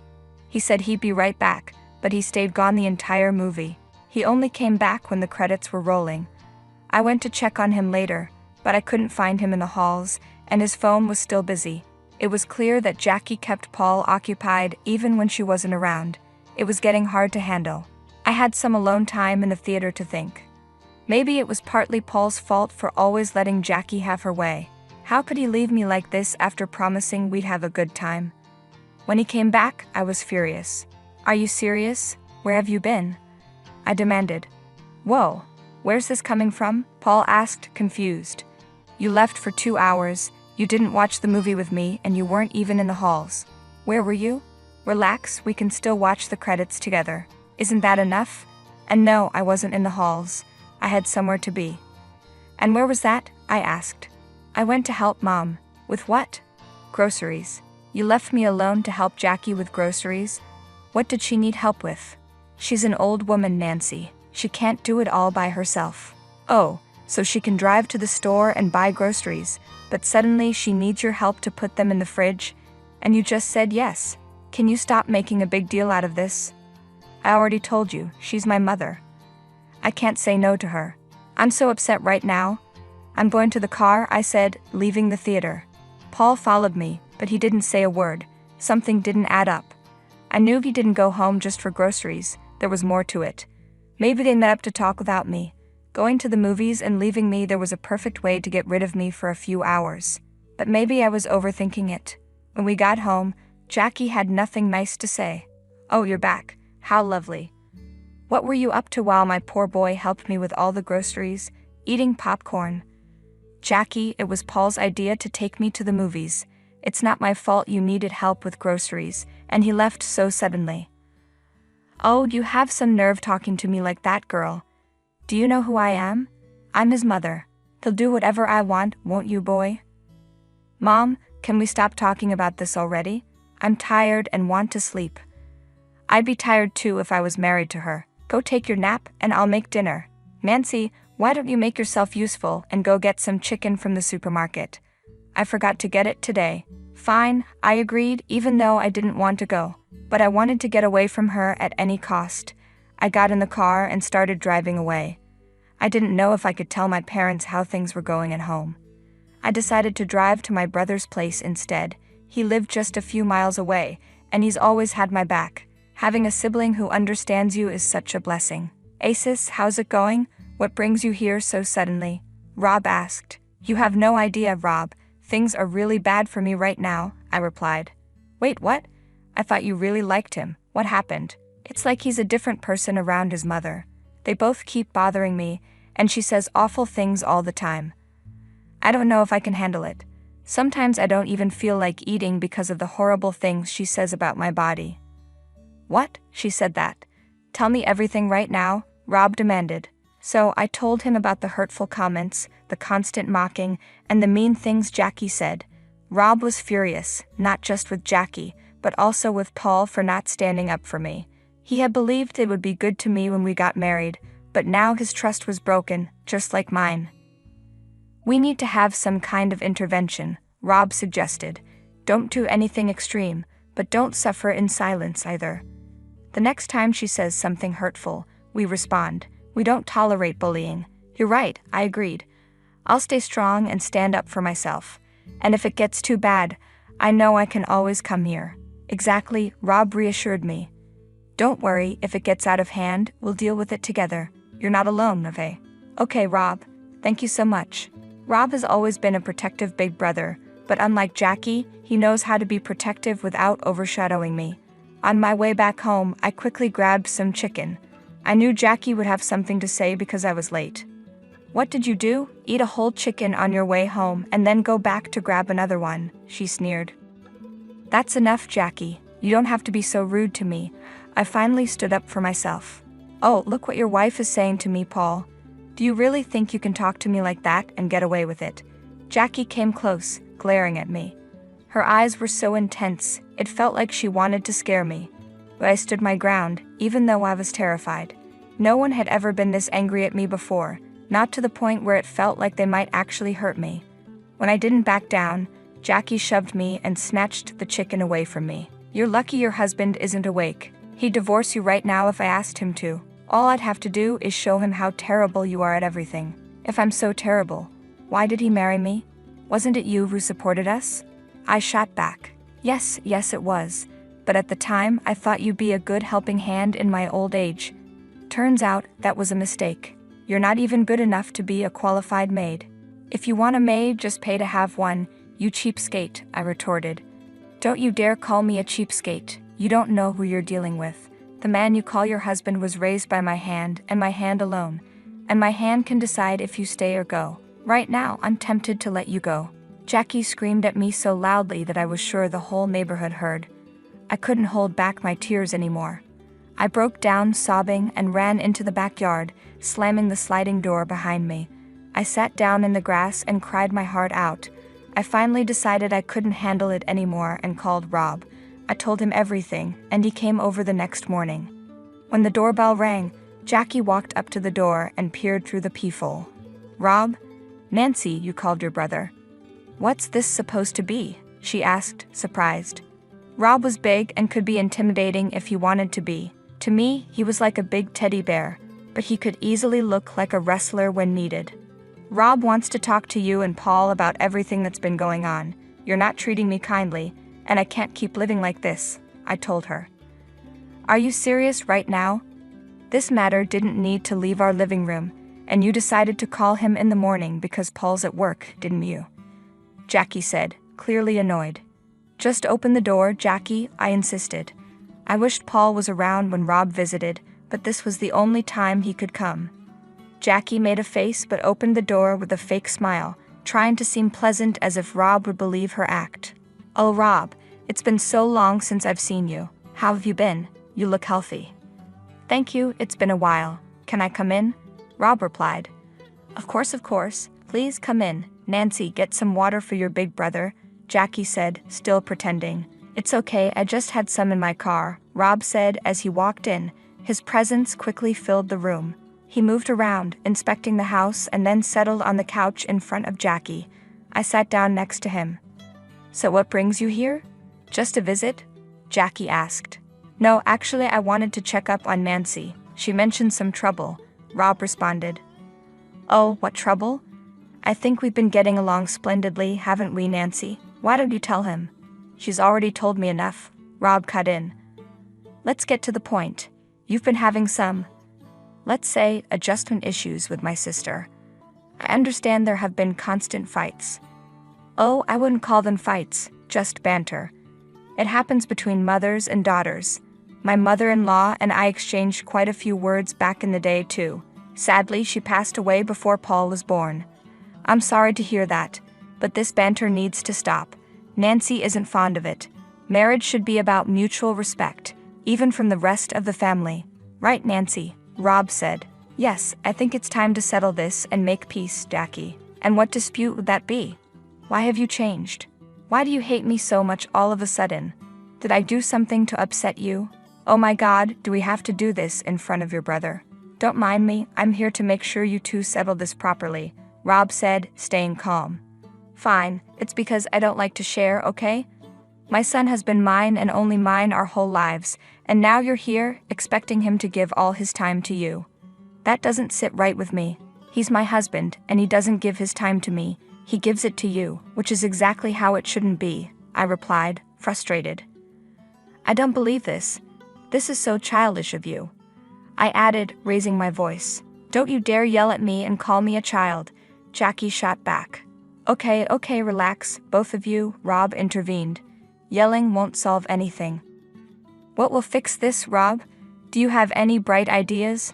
Jackie asked, her tone suddenly shifting, which made me uneasy. Look, I can see there's a problem. I think the only way to solve this is for you two to spend some time alone together, trying to understand each other. Maybe a change of pace, do something fun together instead of just handling the house and work, Rob suggested. What are you suggesting? Jackie asked, curious. Take a trip. I think a little family vacation would be a wonderful idea. The weather here is a bit annoying right now anyway. Wouldn't you like an exotic trip, Jackie? Rob offered. Oh, I most certainly would, but what makes you think we can afford one after the wedding? Jackie replied. Don't worry about that. I have a friend who runs a travel company. I can take care of most of the expenses. Consider it a gift from Nancy's brother, Rob said reassuringly. Are you serious right now? Where would we even go? Jackie asked, surprised. How does France sound? Rob suggested. Oh my God, France sounds lovely. Rob, you don't have to do this. It'll be so expensive for you guys, I said, feeling a bit guilty. Come on, Nancy, it's a gift. You have to appreciate it, Rob insisted. But there's a condition, Rob added. Jackie, you too, Nancy. The two of you have to try to get along with each other. We'll do our best, won't we, Nancy? Jackie said, her eyes suddenly full of promise. I'd never seen her this excited before, not even at the wedding. I didn't fully trust her, but I did deserve a break from everything. France sounded lovely this time of year, so I agreed. That evening when Paul came home, we broke the news to him. He was ecstatic and dropped his work bag to celebrate with us. Finally, it felt like the three of us were getting along. I was skeptical at first, but maybe Rob's idea was working. Paul managed to get a few days off from work the next week, and we started packing for the trip. Hey, do you remember the cute bags we got for our little trip to Florida? The ones that look alike? Paul asked. Yes. Do you think we should take them with us? I replied. Of course. I love those bags, they remind me of that trip, Paul said, smiling. Jackie seemed a bit detached from us. She often called someone and talked to them for hours. I thought she might be realizing her mistakes and giving us some space, but she still made some odd comments about Paul not giving her enough time. She didn't talk to me much, but one time I overheard her and Paul arguing in her room. The door was closed, so I couldn't hear much. Mom, she's my wife. I have to give her at least a little time. I thought you were okay now. What's wrong? Paul said. I'm not okay. I want to be, but I'm not. I still can't get myself to like her, Jackie admitted. What do you want me to do? Paul asked, frustrated. I need to have more time with you. You were like this when I had you, but that's why we're taking the trip, so you get to like each other. And I'm always going to be around, aren't I? Paul said, trying to reason with her. All of you are living in fantasies. Fine, I'll do something about this myself, Jackie snapped. What are you going to do? Paul asked. Look, here's the plan and I need you to go along with it, Jackie whispered. I couldn't hear the rest, but I knew they had some plan. I was concerned but didn't do much about it. I hoped everything would work out fine if I just paid attention to what they were doing. We packed our bags. Both mine and Paul's looked similar, but I could always tell which was which by the weight. On the day of departure, Jackie looked unusually happy. She even talked to me and didn't make any weird faces. I found it intriguing, but guessed it was because we were finally going on the trip. At the airport, we had to go through customs. We put our bags on the conveyor belt to be scanned. Jackie leaned in to whisper something odd in my ear. It's going to be such fun. I didn't say anything. I already knew what she was up to. We moved through the line. My bags were inspected, and everything was fine, so I was allowed to go through customs. When I turned around, I saw Jackie's face filled with confusion. What was she scheming? Then it hit me. Paul hadn't come out yet. We looked around to see officers rushing to the customer counter. They were escorting Paul away as he pleaded, Please, please, I'm so sorry. I didn't do anything. I don't know where that came from. Jackie rushed to his aid, but the officers held her back. Please stay back, ma'am. We found something illegal with this person. We need to take him to interrogation. He's my son. Please, he didn't do anything wrong. Jackie cried, but her pleas were in vain. Jackie had a breakdown right there in public, but I didn't move an inch. I knew what was going through that woman's head. She must have been cursing herself for what she did. Jackie had tried planting a small pack of drugs in my bag before we left, and she was successful.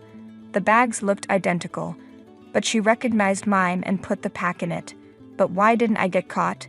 It's because I removed it from my bag and put it in Paul's instead. They planned on excluding me from the trip entirely, so I turned their plan against them. I had the biggest smile on my face when Jackie looked back at me through her tears. She deserved what she got. I took my vacation to France and divorced Paul once I got back. I was hoping to make things work, but this was a clear sign that they never would. I stood my ground just like my brother had told me to. It was the justice I deserved.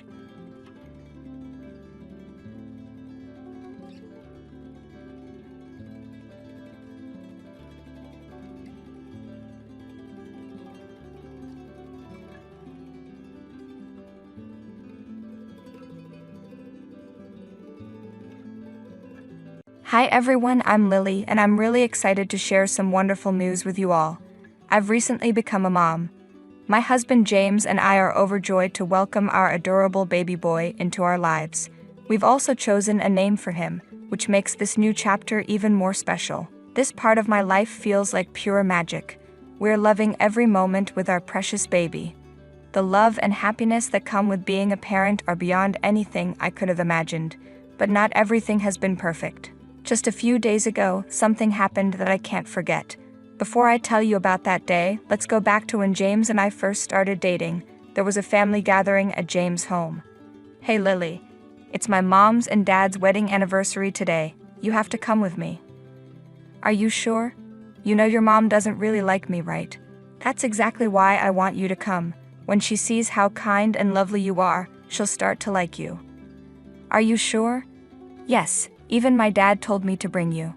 Okay, if you think everything will be fine, then I'll come. That's my girl.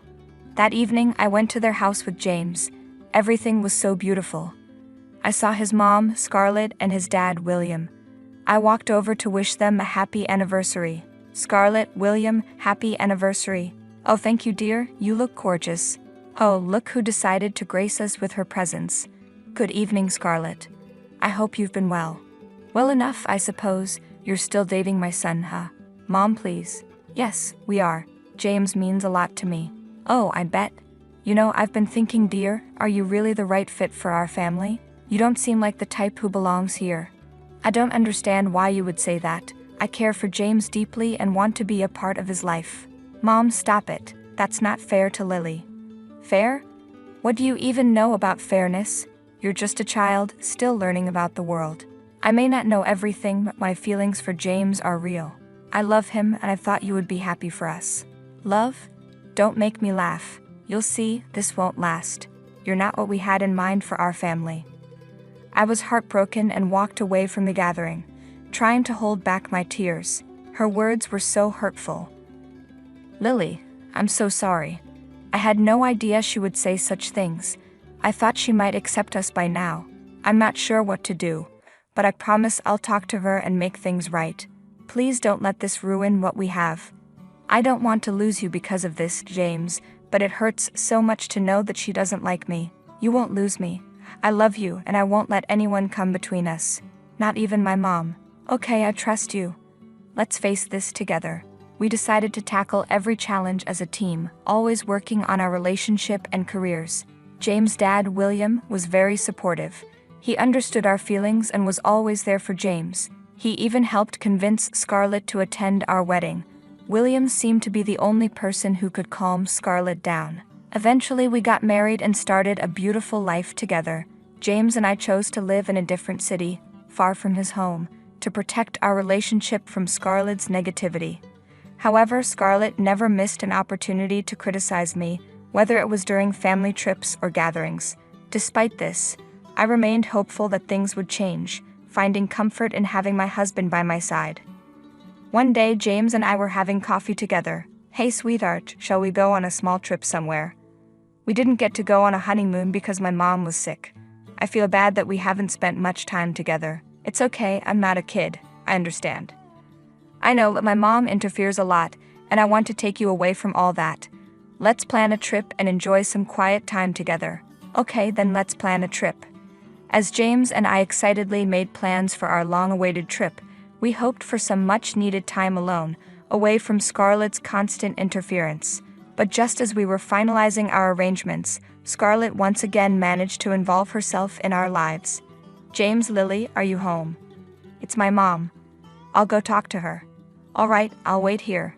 James opened the door to find Scarlett standing there with a worried expression. James, I heard you're planning a trip. Is everything okay? Mom, I hope Lily isn't forcing you into this trip, Scarlett said, worried. No, Mom, it was my idea, James reassured her. We just want some time together. We didn't even get a proper honeymoon, and we feel it's important for our relationship. But you know I've been feeling unwell lately. What if something happens and you're not around? Scarlett asked. Mom, we'll only be gone for a few days, and we'll stay connected through calls. Plus, Dad will be here to take care of you, James explained. I suppose if you think it's necessary, Scarlett reluctantly agreed. Despite Scarlett's concerns, James and I went ahead with our plans. We booked our trip and told William about it. Understanding how much this time together meant to us, William promised to take care of everything while we were away. Our time on the beach was beautiful. Even though we had been dating for a long time, spending time together as a married couple felt entirely different. We even tried surfing, which was a new adventure for us. After a fun day, we returned to our room. Wasn't that fun? James asked. Too much fun. I'm having such a great time, I replied. Me too, love. So, what do you want to eat today? Chinese or Italian? James asked. Actually, I'm feeling a little strange in my stomach. I'll just have some soup, I said, suddenly not feeling well. What happened? Are you okay? James asked, concerned. Yes, I think surfing was just too much for me. It was my first time, I explained. Oh, maybe that's it. Don't worry, they'll be fine. I'll order some food, James said, trying to comfort me. Even after having soup, I still didn't feel well. The next morning, I woke up feeling nauseous, and James took good care of me all day. Over the next few days, I noticed some other changes in my body, and I had a feeling I might be pregnant. Nervously, I took a pregnancy test, and James stood by my side, offering constant support. The test was positive. We were going to be parents. We were so excited and hugged each other tightly, feeling incredibly blessed. I can't believe this, James exclaimed. Yes, James, we're going to have a baby, I replied, full of joy. We decided to keep the news to ourselves for a little while. Over the next few weeks, we visited the doctor, who confirmed that we were indeed expecting our first child.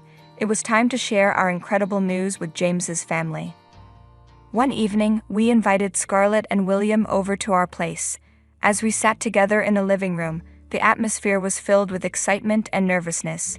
James took a deep breath and began to share the news. Mom, Dad, there's something wonderful we want to share with you. Lily and I are going to have a baby, James announced. A baby? Are you serious? Scarlett reacted with surprise. Why are you so surprised, Scarlett? I'm so happy for both of you. Congratulations, James and Lily, William said, smiling. Thank you. We just found out, and we couldn't be happier, I added. Well, this is quite unexpected, Scarlett said. Are you sure it's James's child? Scarlett, why would you even think that? James asked, shocked. It's just that suddenly you're pregnant right after getting married. It's hard not to wonder, Scarlett explained. Mom, Lily and I love each other. We've been together for years, and this baby is a blessing for both of us, James said, defending me. I'm not trying to be judgmental, but it wouldn't hurt to be sure. Maybe you should consider a DNA test just to be certain, Scarlett suggested. James, I can't believe your mom thinks I cheated on you. I thought she'd be happy for us, I said, feeling hurt. Mom, we trust each other completely. There's no need for a DNA test. Lily has been faithful, and I have no doubts about our love or our child, James insisted.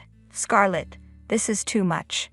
This is a happy moment for James and Lily, so please stop ruining it. It's late, let's go home, William said, trying to calm things down. I was just concerned about my son, Scarlett muttered. Mom, you don't have to worry. We are happy, James reassured her. After dinner, William and Scarlett went home, but they left a lingering feeling of sadness behind. I couldn't help but worry if James might start doubting me like Scarlett did. Later that night, James came into the room, and I was still awake. Hey, still awake? He asked. Yeah, I can't seem to sleep, I admitted.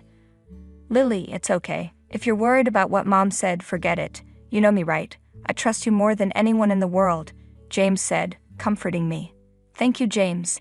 I've been feeling really sad since the evening, but your words have helped me calm down, I replied, feeling a bit better. I'm grateful that our love is stronger than any misunderstanding, I said to James. It truly is, he replied. Now try to get some sleep. You need to take good care of yourself. As my pregnancy progressed, James became even more attentive and caring. He made sure I had everything I needed, attended doctor's appointments with me, and helped me prepare for the baby's arrival. Together, we created a warm and loving environment for our baby. One day, as we sat in the nursery surrounded by baby clothes and toys, James took my hand and smiled. Lily, I can't wait to meet our baby. You're going to be an amazing mom, and I'll be right there with you every step of the way. As the baby's delivery date approached, Scarlett seemed more determined to create a rift between James and me. She tried various tactics to separate us, but our love for each other only grew stronger. One day, while James and I were preparing the nursery, Scarlett and William dropped by unannounced. Scarlett had a stern expression as she looked around the room. So this is where you'll raise my grandchild? We've put a lot of thought and effort into creating a loving and safe space for our baby, I explained. Well, I hope you're prepared for the challenges that come with being parents. It's not as easy as you think, Scarlett warned. We understand, Scarlett.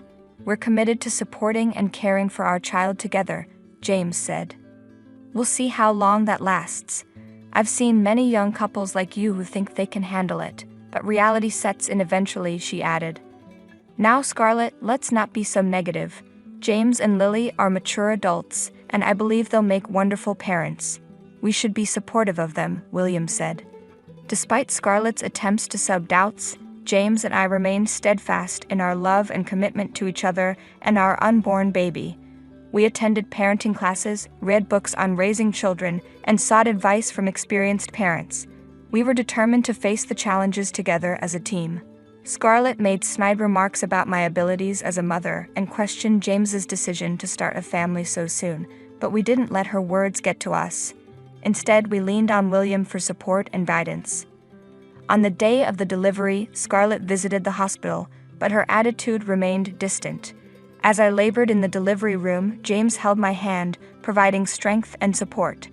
After some time, I gave birth to a beautiful baby boy. James and I were overjoyed. "Oh my God, I can't believe we are already parents," James said. "The baby has your beautiful eyes and your nose." We looked at each other with so much love, imagining a beautiful future for our baby. "Shall I call Mom and Dad?" James asked. "Yeah, sure. They will be so happy to meet their grandchild," I replied.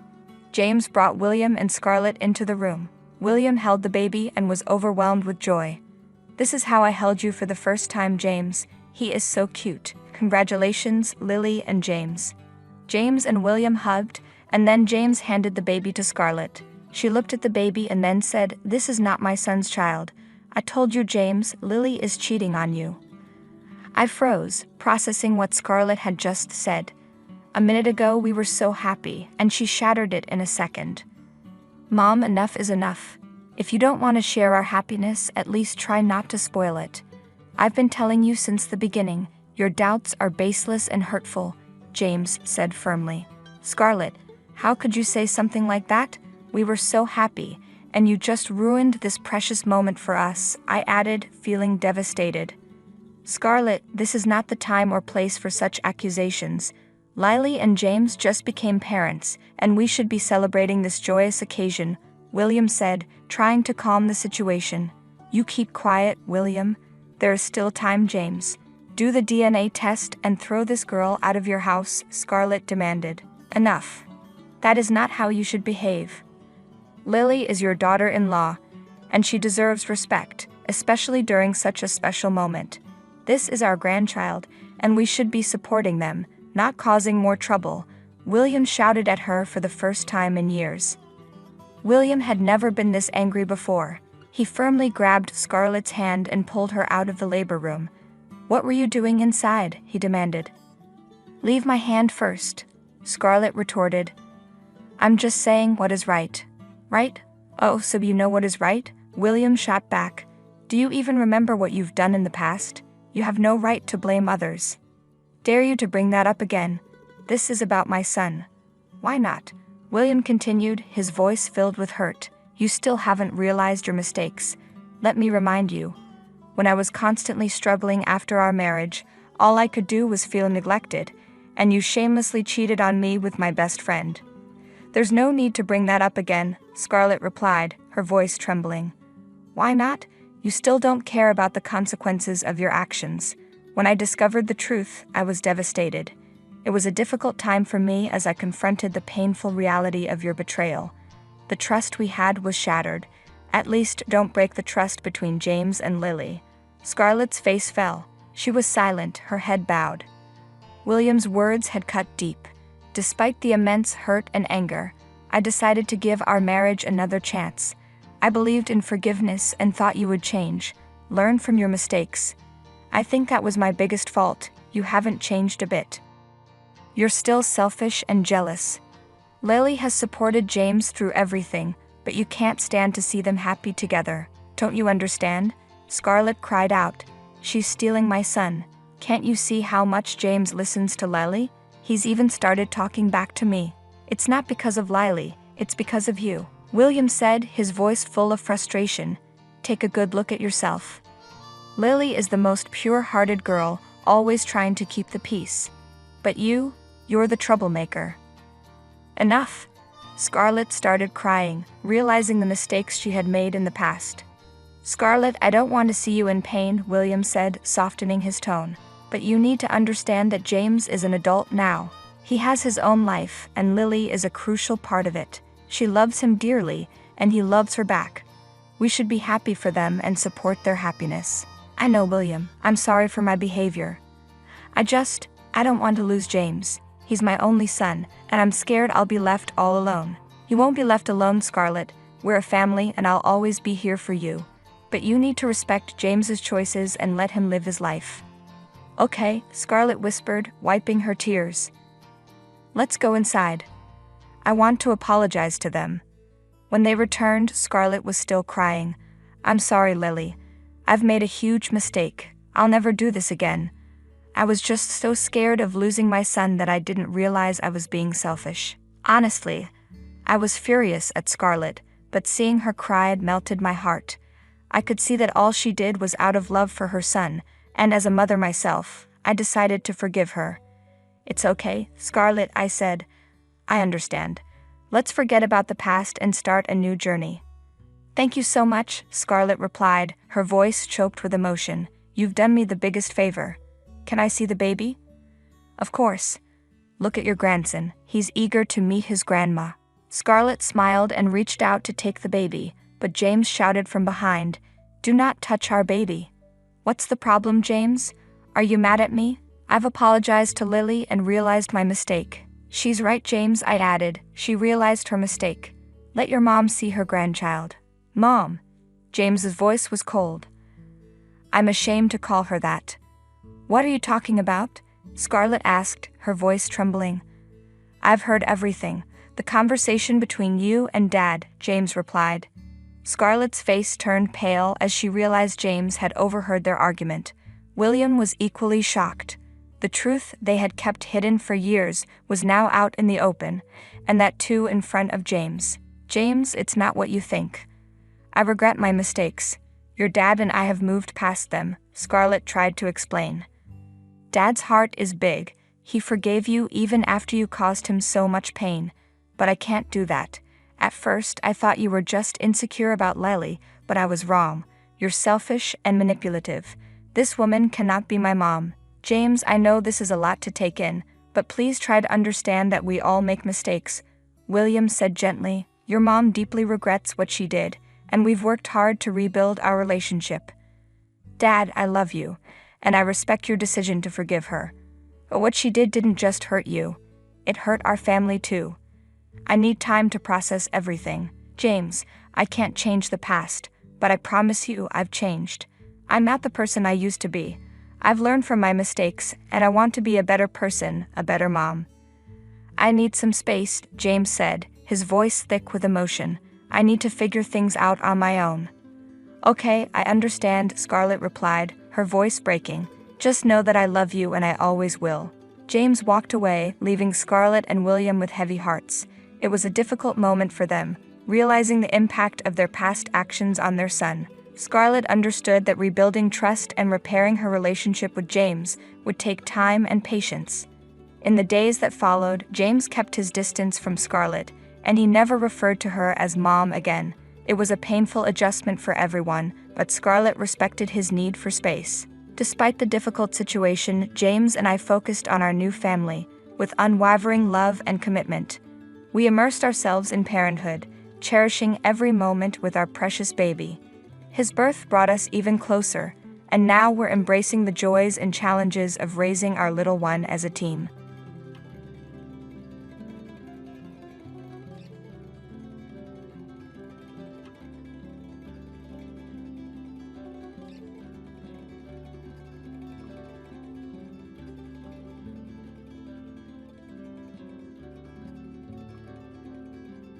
Hi everyone, I'm Maxine and I'm 30 years old. This post is about my very annoying mother-in-law, Kayla, and how I got back at her. I grew up in a modest family. My mom raised me mostly on her own because my dad was always working. He had a low-paying job and worked hard just to make ends meet. From a young age, I was great at school, which helped me earn a full scholarship to college. I left home, rented an apartment near campus, and shared it with 4 other girls. I worked part-time at a cafe to cover rent and basic needs. I was determined to get a good job after graduation. I wasn't very attractive, so I didn't get much attention from boys, and I wasn't looking for love. But then Fred came into my life and changed everything. One day, I was working at the cafe when I was asked to take Fred's order. "Good evening, sir. May I take your order?" I asked. "No, but you can take my number," he replied. "Yeah, no thanks," I said. "At least give me a chance, Ginger girl," he said. "First of all, sir, my name is Maxine, not Ginger. If that was a joke, it didn't work. Now, may I take your order?" I asked. "One coffee, please," he said, and then added, "Oh, Maxine, can you draw a little heart on it?" I couldn't help but blush at Fred's comment, though I kept a straight face while serving him. The next day he was back, and soon he became a regular at the cafe, always insisting I serve him. My coworkers joked that he was my boyfriend, even though I denied it over and over. One day, after a lot of teasing from my coworkers, Fred came in and I was already annoyed. I wanted to prove to them that Fred wasn't my boyfriend, so I went to his table, looking angry, and asked, "What do you want?" "The usual," he said. "No, I mean, what's the deal with you always asking me to serve you and drawing hearts? What's going on?" I demanded. "I want dinner," he said. "We don't start serving until 8, I replied. "No, Ginger, I mean with you," he said, "and the rest is history." The nickname Ginger stuck, and so did Fred. I said yes to that dinner, and things fell into place. We started dating and moved in together. I found out that Fred's dad is a millionaire, and Fred is his only son. He wanted to introduce me to his parents, but I asked him to wait until I had a job. After graduating, I got a job as a sales manager and quickly made a name for myself. I was earning well and felt confident about meeting Fred's parents. When I told Fred I was ready, he warned me that his mom was very protective and not to take anything she said to heart. I thought I could handle it, but I had no idea how toxic Kayla would be. One Sunday morning, we went to meet Fred's parents. We drove up to their huge mansion, which would have amazed little Maxine.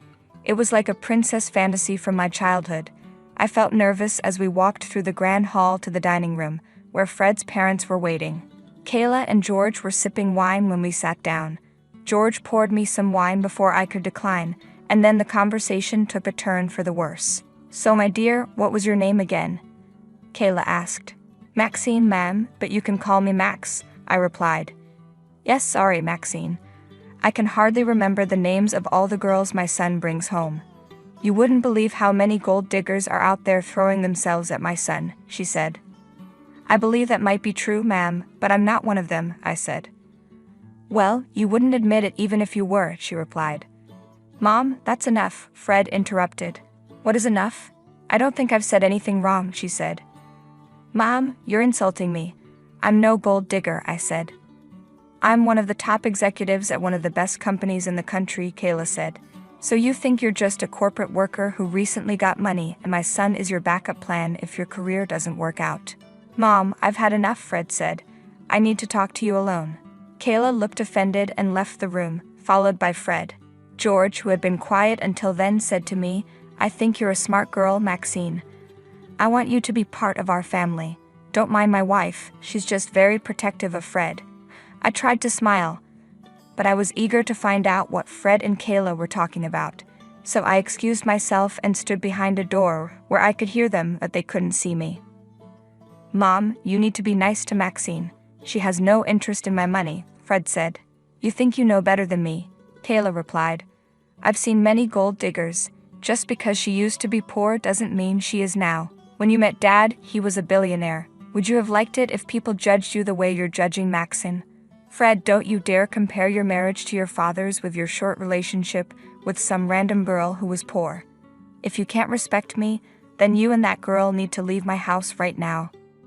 "She's not just a fling, and yes, we are leaving," Fred said. I heard angry footsteps coming my way, so I quickly went back to the table and pretended to drink my wine. Soon, Fred came in and told me to get my coat because we were leaving. He said we could get food on the way home. I didn't say anything, just nodded. I was on the verge of tears. The drive home was very quiet. Fred was deep in thought, and I was sniffling. I felt hopeless. I'm usually optimistic, but this situation was too much. I didn't know if Fred would have to choose between me and his family, and I really wanted his mom to like me. We stopped for pizza on the way home and had an early dinner. Afterward, I asked Fred if we should stop seeing each other. Fred looked shocked and took my hands, saying, "Maxine, nothing can stop me from seeing you, not even my mom. You can't get rid of me now. This is meant to last." I felt like a little girl who had just received a wonderful gift. Fred was incredibly sweet, and I think he worried I might leave him because of his mom. I had no plans to leave, and I hoped that someday I would win Kayla over. I now realize I was naive back then, but I've learned a lot since then. A few months later, Fred proposed, and I said yes. He suggested we elope, and we did. It was an adventurous and romantic experience. Later, Kayla insisted on a formal wedding because she didn't want to lose face with her friends. I insisted on paying half of the wedding costs, even though Fred wanted to cover everything. The wedding was a beautiful event, but as I walked down the aisle, I wished my father could be there. He had passed away a few years earlier. While walking down the aisle, I suddenly saw Kayla in a long white dress. I felt like running away because I knew she was determined to never accept me and would try to ruin our marriage at every chance. But then I saw Fred's smiling face and went through with the wedding. Throughout the ceremony, Kayla did everything she could to make me feel left out. She wanted family photos without me and made sure Fred and I didn't sit together at the reception. She also talked badly about her so-called friends behind their backs, criticizing their appearance and pretending to be nice in front of them. I was shocked at how two-faced she was. She seemed obsessed with everyone's jewelry, dresses, and looks, and tried to outshine everyone, including me, the bride. I was emotionally drained after the wedding and slept for 12 hours straight. Fred was understanding and supportive, but dealing with Kayla after marriage was exhausting. She constantly criticized my appearance, even pointing out my wrinkles and comparing her youthful skin to mine. I dreaded her visits and tried to stay at work longer to avoid her, but she used that against me too, saying I was neglecting Fred for my own selfish reasons. I tried to explain that I worked hard to save money for our future baby, but it didn't help. Kayla always insisted that we spend holidays with them, and during those times she would tell Fred he had chosen a poor wife who depended on him. She would criticize the gifts I gave her and praise the ones Fred chose, even though I picked them out. The year I got pregnant was especially tough. My hormones were already making me emotional, and Kayla never missed a chance to criticize my body. When Fred confronted her, she would lie, pretend she didn't know, and blame it on my hormones. Spending 5 days with my mother-in-law that year felt impossible. I decided it was time for Kayla to realize how wrong she had been to me. I wanted to address this before the baby was born, because I didn't want him growing up seeing his grandma putting down his mother with shallow comments about her appearance. I didn't want him to develop a shallow mindset like hers. So I took matters into my own hands. I started spending more time at the Pearson mansion, putting up with Kayla's jabs as part of my plan for revenge. I pretended it was because I wanted our child to have a strong bond with his grandparents. During this time, George was very kind to me, bringing me fruits and chocolates, and he would often organize parties for the kids on the days I visited. Kayla used these parties as excuses to avoid sitting with me. Kayla would loudly complain about me to her friends, calling me the worst. But whenever any of them went to the bathroom or left early, she would criticize them too. I used this to my advantage. I made a note of their names and the nasty things she said about them. I even recorded some of her comments with a small recorder. I'd also snooped around the mansion, and one day I found myself in her private room. I discovered something interesting while snooping around. Kayla had records of her visits to a famous plastic surgeon. She had had Botox done several times, which explained her youthful appearance. I don't have anything against people who choose plastic surgery, but I was against how Kayla hid her treatments while criticizing others who aged naturally, including me for my wrinkles. I documented everything carefully, preparing for my doomsday moment. That year, I decided to give Kayla a parrot for Christmas, a smart and intelligent bird that could mimic sounds and learn quickly. On Christmas Day, Fred and I took the parrot to the Pearson mansion for the Christmas dinner. Kayla had insisted on having a baby shower for me on Christmas. When we arrived, all of Kayla's friends were already there, and George was nowhere to be found, so Fred went to look for him. It was just me, Kayla, and her friends. They exchanged knowing looks and laughed at some inside joke. They started bringing out their gifts for me and making snide remarks.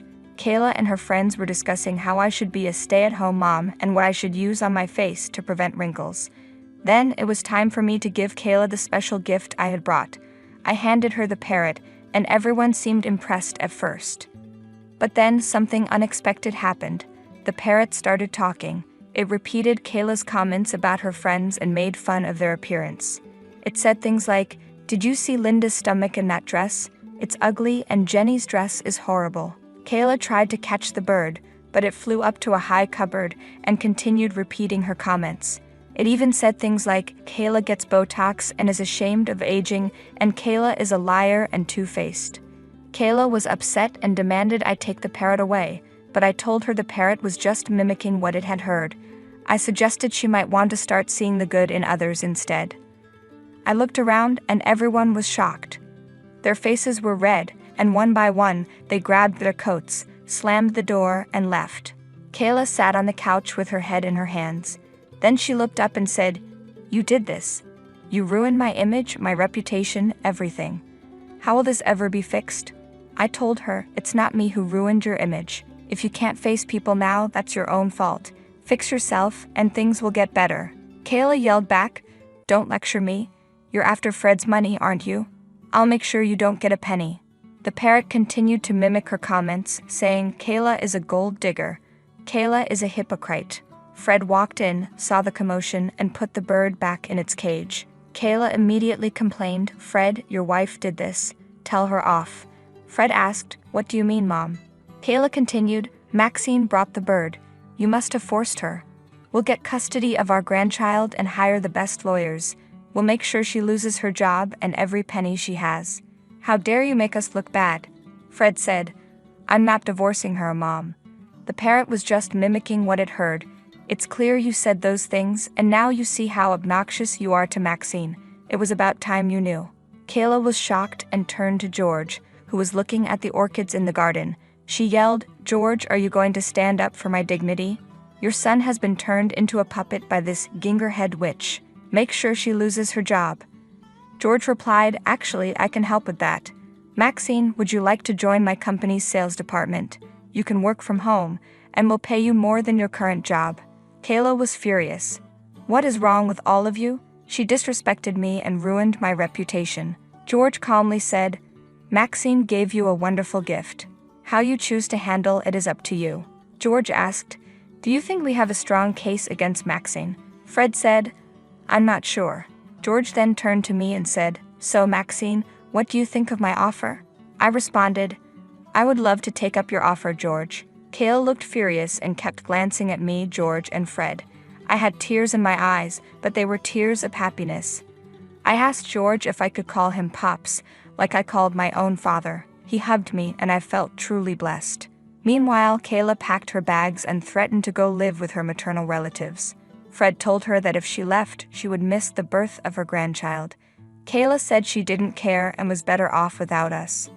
To her surprise, George didn't try to stop her, and Fred was furious at her for not caring about our baby. Kayla took a cab and left. I gave birth to a healthy baby boy in February, and both George and Fred were thrilled. My mother came from the country to visit and brought homemade cookies and brownies, which George enjoyed immensely. The month was filled with happy memories as we celebrated George Jr.'s arrival. In mid-March, Kayla returned when she realized she couldn't pay her credit card bills. She made a big fuss, claiming she hadn't been informed about the birth of her grandson. Fred reminded her that she had said she didn't care about the baby before she left, so we decided to let her be. Kayla then denied ever saying she didn't care and started to cuddle the baby. George asked Kayla to apologize to me. She acted surprised and said she didn't know what she should apologize for. When George listed the things she had done wrong, Kayla reluctantly mumbled an apology. Honestly, that was more than I expected from her. I accepted Kayla's apology gladly. That night, Fred told me he plans to keep his contact with his mom to a minimum. He didn't want our child to grow up hearing negative things about us or his grandpa from Kayla, and I agreed with his reasoning. I had been worried about this but didn't want to bring it up myself because I didn't want Fred to cut off his mom just because of me. It was a relief when Fred brought it up on his own. Since December, I've been working from home for George's company. I think I've been doing a good job managing the sales department. George says I've done excellent work, but I'm not sure because he tends to hype up little things. Still, the company's sales doubled, and George was very impressed. He asked me when I could start working from the office because there's a promotion waiting for me. I thought George's offer was a joke until I joined him in the conference room. He announced that he wanted to make me a partner in the company. I was overjoyed. We've enrolled our baby boy in preschool, and things are peaceful now that Kayla is only a minor part of our lives. Life is great.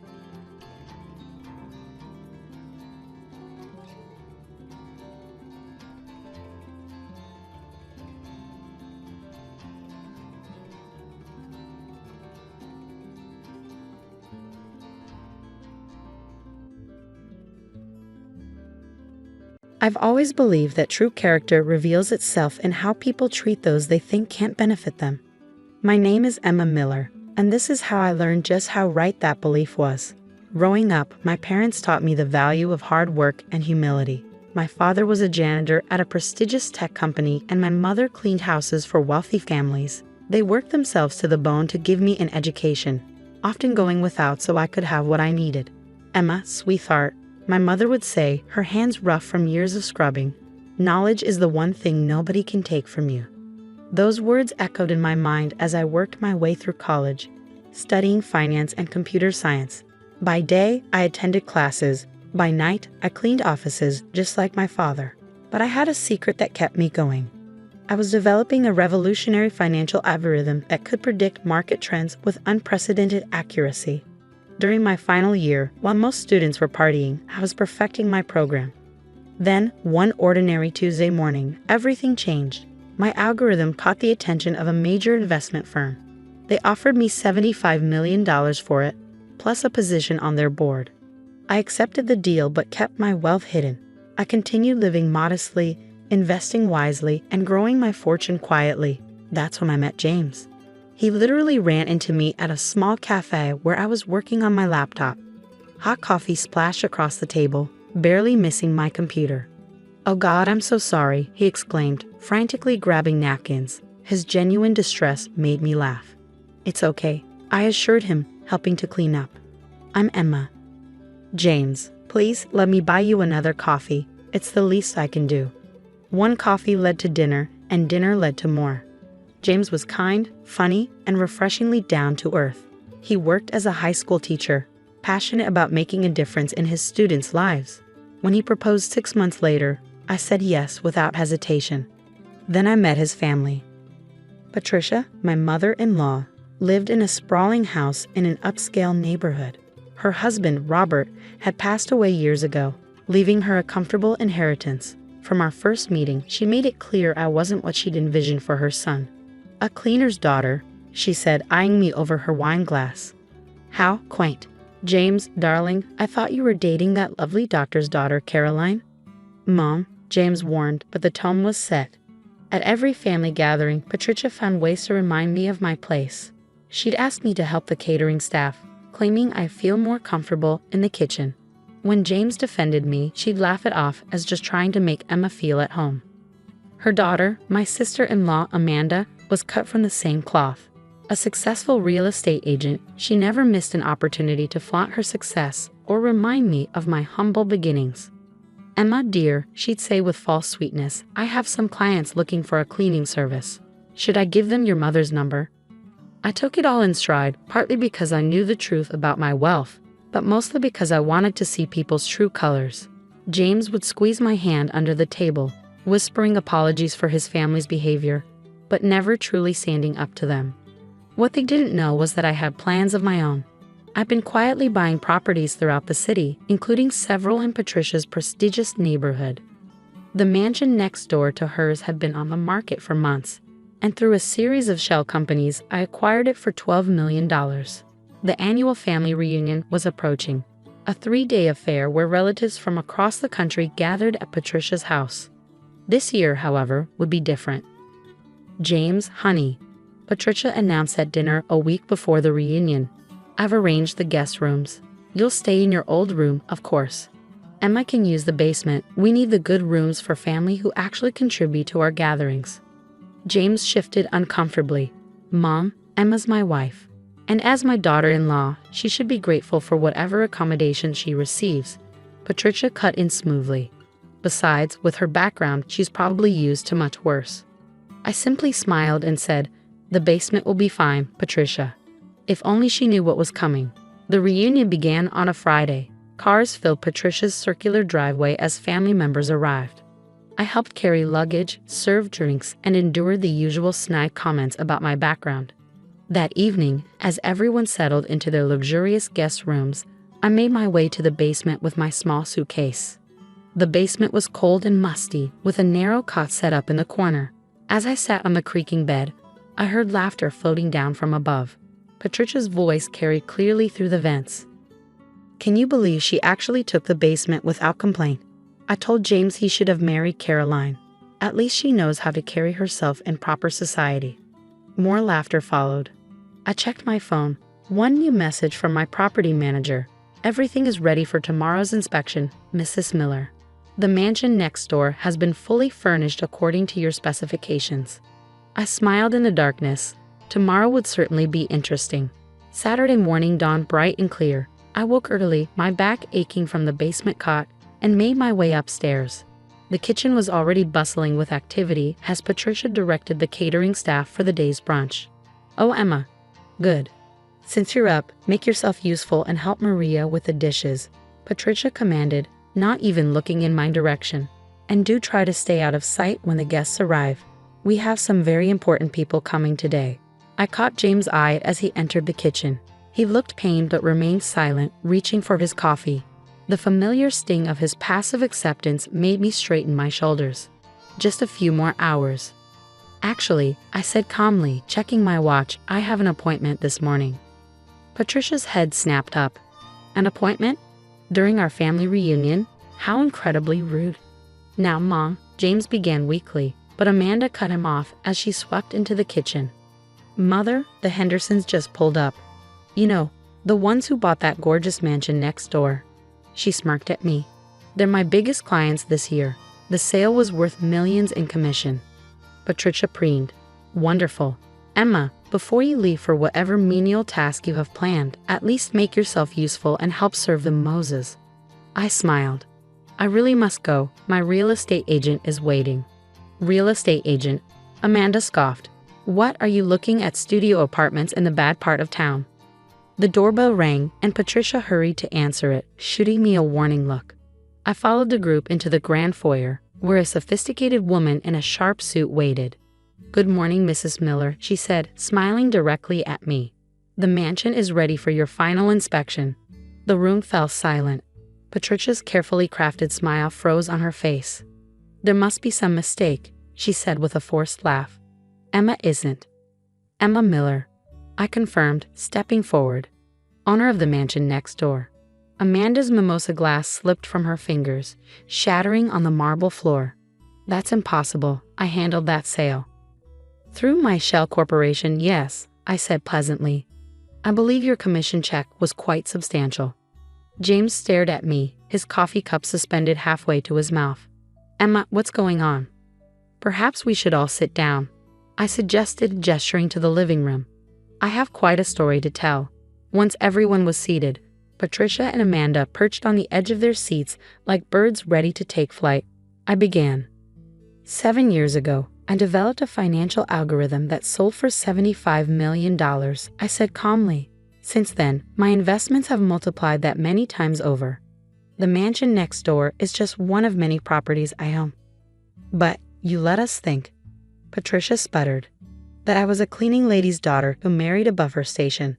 I finished. "Yes, I did. And you all showed me exactly who you are through how you treated someone you thought was beneath you." "This is absurd." Amanda stood up, her face flushed. "Mother, she's clearly lying." My real estate agent cleared her throat. "I can assure you, Mrs. Henderson, that Mrs. Miller's credentials are impeccable. In fact, she owns controlling interest in the development company that built this entire neighborhood." Patricia's face had gone from red to white. "The entire neighborhood?" "Including this house," I confirmed quietly. I bought it last month when it was technically still under your late husband's estate. The paperwork was finalized yesterday.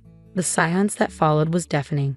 James had sunk into his chair, his face a mask of shock and dawning realization. You mean? Patricia's voice trembled. This isn't my house anymore. It's mine, I said simply. Just like the basement where you made me sleep last night. Amanda jumped up. Mother, she can't do this. We'll fight it in court. You're welcome to try, I replied. My lawyers have ensured everything is perfectly legal. But right now, I'd like you both to leave my house. Leave, Patricia gasped. But where will I go? This is my home. Was your home, I corrected. Don't worry, I've arranged for temporary accommodations for you. There's a modest apartment available in the building where my parents used to work as janitors. I hear the basement unit is particularly cozy. The family gathering had devolved into chaos. Relatives whispered among themselves, some looking shocked, others secretly pleased to see Patricia's pride take such a fall. James finally found his voice. Emma, why didn't you tell me? He asked quietly. I turned to face my husband. Would it have made a difference? Would you have stood up to your mother's treatment of me if you'd known I was wealthy? Because if money is what it takes to earn basic respect in this family, then we have bigger problems than where I sleep. The real estate agent cleared her throat. Mrs. Miller, shall we proceed with the inspection of your new property? Yes, I said, standing. Patricia, I'll have my staff help you pack. You have until tomorrow evening to vacate the premises. As I walked toward the door, Patricia's voice rang out, suddenly honeyed and pleading. Emma, dear, surely we can discuss this. We're family after all. I paused at the doorway, turning back to face her. Family? Let's talk about family, Patricia. Last Christmas, you seated me at the children's table and told everyone it was because I wouldn't know how to behave at the adults' dinner. Last month, you accidentally excluded me from James' birthday celebration. And just yesterday, you made me sleep in a basement because you said I wasn't good enough for a real room. I didn't mean, she stammered. Yes, you did, I said firmly. You meant every slight, every insult, every attempt to humiliate me. You showed me exactly who you are, Patricia. Now I'm showing you exactly who I am. The sound of my heels clicking on the marble floor echoed through the silent house as I walked out, head held high. Behind me, I could hear Patricia's sobs and Amanda's angry protests, but I didn't look back. The following weeks were a storm of activity and emotions. Patricia and Amanda moved out as required, though not without drama. They hired lawyers, of course, but as my legal team had predicted, every transaction was ironclad. I moved into the mansion next door, leaving James to decide his own path. The distance gave me time to think about our marriage and what it meant to build a life with someone who couldn't stand up for you. One evening, about a month after the revelation, my security team alerted me to a visitor. James stood at my front door, looking more disheveled than I'd ever seen him. Can we talk? He asked quietly. I led him to my home office, a warm room filled with family photos, including one of my parents on their 30th anniversary. James' eyes fixed on it as he sat down. I've been doing a lot of thinking, he began. About everything. About us.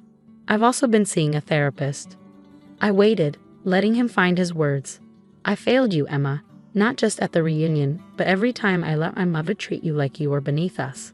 I told myself I was keeping the peace, but really, I was just being a coward. Yes, you were, I agreed softly. He winced but continued. The thing is, I kept wondering why you didn't tell me about your success. Then I remembered last Thanksgiving when Mom made that comment about your father being just a janitor, and I laughed. I actually laughed. Tears formed in his eyes. That's when you were going to tell me, wasn't it? I nodded. I had the papers in my bag. But watching you laugh at your own father-in-law, I realized that you were just like them. I was, he admitted, and that shame is mine to carry. But Emma, I want you to know what's happened since he left. He straightened in his chair. I resigned from my teaching position at Brighton Prep. This surprised me. James had taught at the prestigious private school for years. I took a job at Riverside High School instead, he continued. It's in the neighborhood where you grew up. The kids there, they remind me of you. Brilliant, determined, just needing someone to believe in them. And your mother? I haven't spoken to her since she moved out. She and Amanda have been trying to rally the family against you, but it backfired. Cousin Sarah came forward about how Mom had treated her when she married beneath her station. Then Uncle Robert shared stories about her behavior toward his second wife. It's like your courage in standing up to her gave others permission to speak their truth. I absorbed this information, noting the changes in James. He seemed more grounded, more present. There's more, he said. I've been volunteering at the community center where your mom used to work. Did you know they have a program teaching financial literacy to cleaning staff and janitors? I'm helping them expand it. Why are you telling me all this, James? Because I want to earn back your respect, he said simply. Not because you're wealthy, but because you're the same amazing woman who helped me grade papers until midnight and made soup when I was sick. I was too weak to deserve you before. I want to become someone who does. Before I could respond, my phone buzzed. It was a message from Patricia. Your mother's at the apartment building, I told James. She's demanding to speak with me. You don't have to go, he said quickly. Actually, I think I do. I found Patricia in the basement apartment where she now lived. The irony wasn't lost on either of us. Her designer clothes looked out of place against the concrete walls. Hello, Patricia. She turned, and I was struck by how different she looked. The carefully maintained facade had cracked, showing the insecure woman beneath. Emma, she said, then stopped, seeming to struggle with words. Finally, she whispered, I understand now. Understand what? What it feels like, to be judged by where you live. To have people look down on you. Her hands trembled. Yesterday, I couldn't get a restaurant reservation because of my new address. Me, I've been going there for 20 years. Feels awful, doesn't it? She nodded, tears spilling down her cheeks. I've been horrible. Not just to you, but to so many people. Living here, being treated the way I treated others, it's opened my eyes. That was the point, I said quietly. She looked up sharply. You mean, this wasn't just revenge? Revenge would have been making you homeless. This was about education. Patricia sank onto the small sofa. I've lost everything. My home, my social standing, my son. You haven't lost James, I corrected. He's choosing to be his own man for the first time. Whether you lose him permanently depends on whether you can accept that change. And you? She asked hesitantly. Have I lost you as a daughter-in-law? I studied her carefully. That depends on you too, Patricia. Real change takes more than a few weeks of humility. Will you help me? She asked softly. I don't mean financially. I mean help me learn to be better. It was the first time I'd ever heard genuine vulnerability in her voice. 6 months later, I hosted a dinner party. Patricia was there, wearing a simple dress rather than her usual designer labels. She helped in the kitchen not because anyone asked her to, but because she wanted to. Amanda came too, having recently started volunteering at a women's shelter, a requirement I'd added to her lease when she asked to rent one of my properties. James and I were still working on our marriage, taking things day by day. He'd proven his commitment to change not through grand gestures, but through consistent actions and unwavering support. As we sat down to dinner, I looked around the table. My parents were there, my father deep in conversation with James about the financial literacy program, which had expanded to 3 more community centers. My mother and Patricia were exchanging recipes, their previous class barriers dissolved. Emma, Patricia said during dessert, I wanted to thank you. For what? For teaching me that true worth isn't about where you live or what you own. It's about how you treat people. She smiled sadly. I just wish I'd learned that lesson sooner. Later that night, as James and I stood on our balcony overlooking the neighborhood, he asked, Do you regret any of it? I thought about the past year, the pain, the growth, the transformations. No, I said finally. Sometimes people need to lose everything to understand what really matters. He took my hand, and we stood in comfortable silence, watching the stars. The basement apartment where Patricia lived was visible from our vantage point, its lights glowing warmly in the darkness. It stood as a reminder that sometimes the greatest gift you can give someone is the chance to become better than they were. My phone buzzed. A message from my investment team about another successful algorithm deployment. But for once, I didn't check it immediately. Some things were more valuable than money, and I was finally surrounded by people who understood that truth.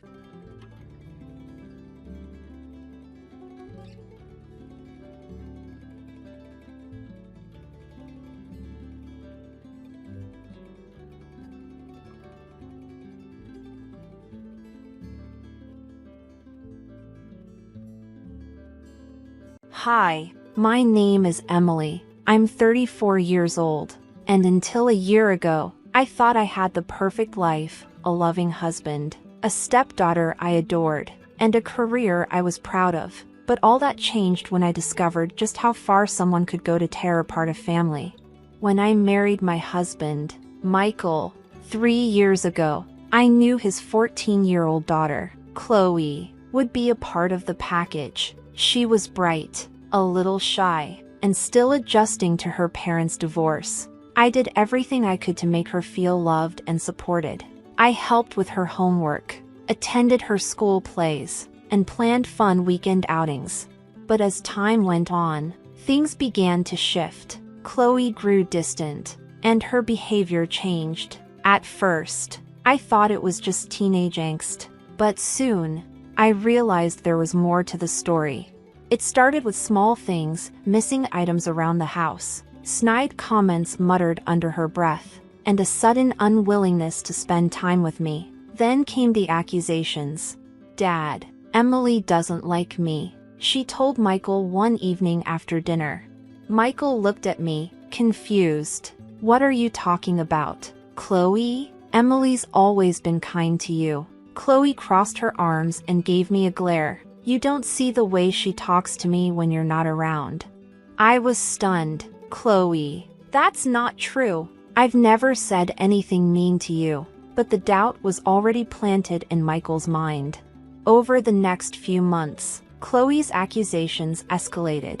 She claimed I ignored her, blamed her for things I didn't do, and even made up stories about me yelling at her when Michael wasn't home.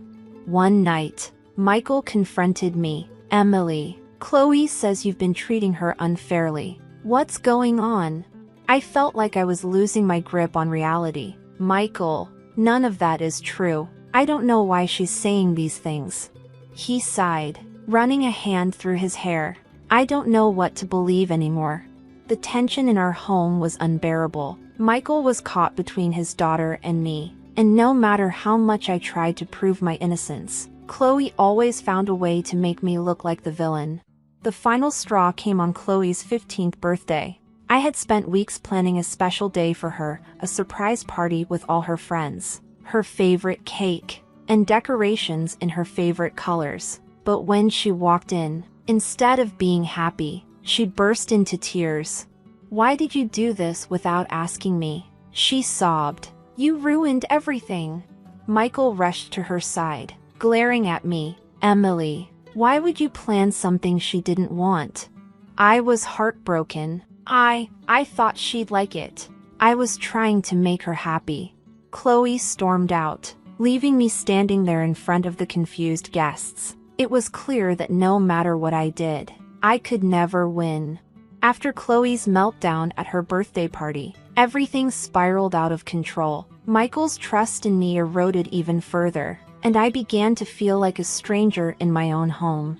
Chloe's behavior grew bolder. She started twisting my words, fabricating events that never happened, and constantly playing the victim. One day, Michael confronted me with something that left me speechless. "Chloe told me you said she wasn't welcome in this house anymore. Is that true?" I felt my stomach drop. "What? Michael, I would never say that."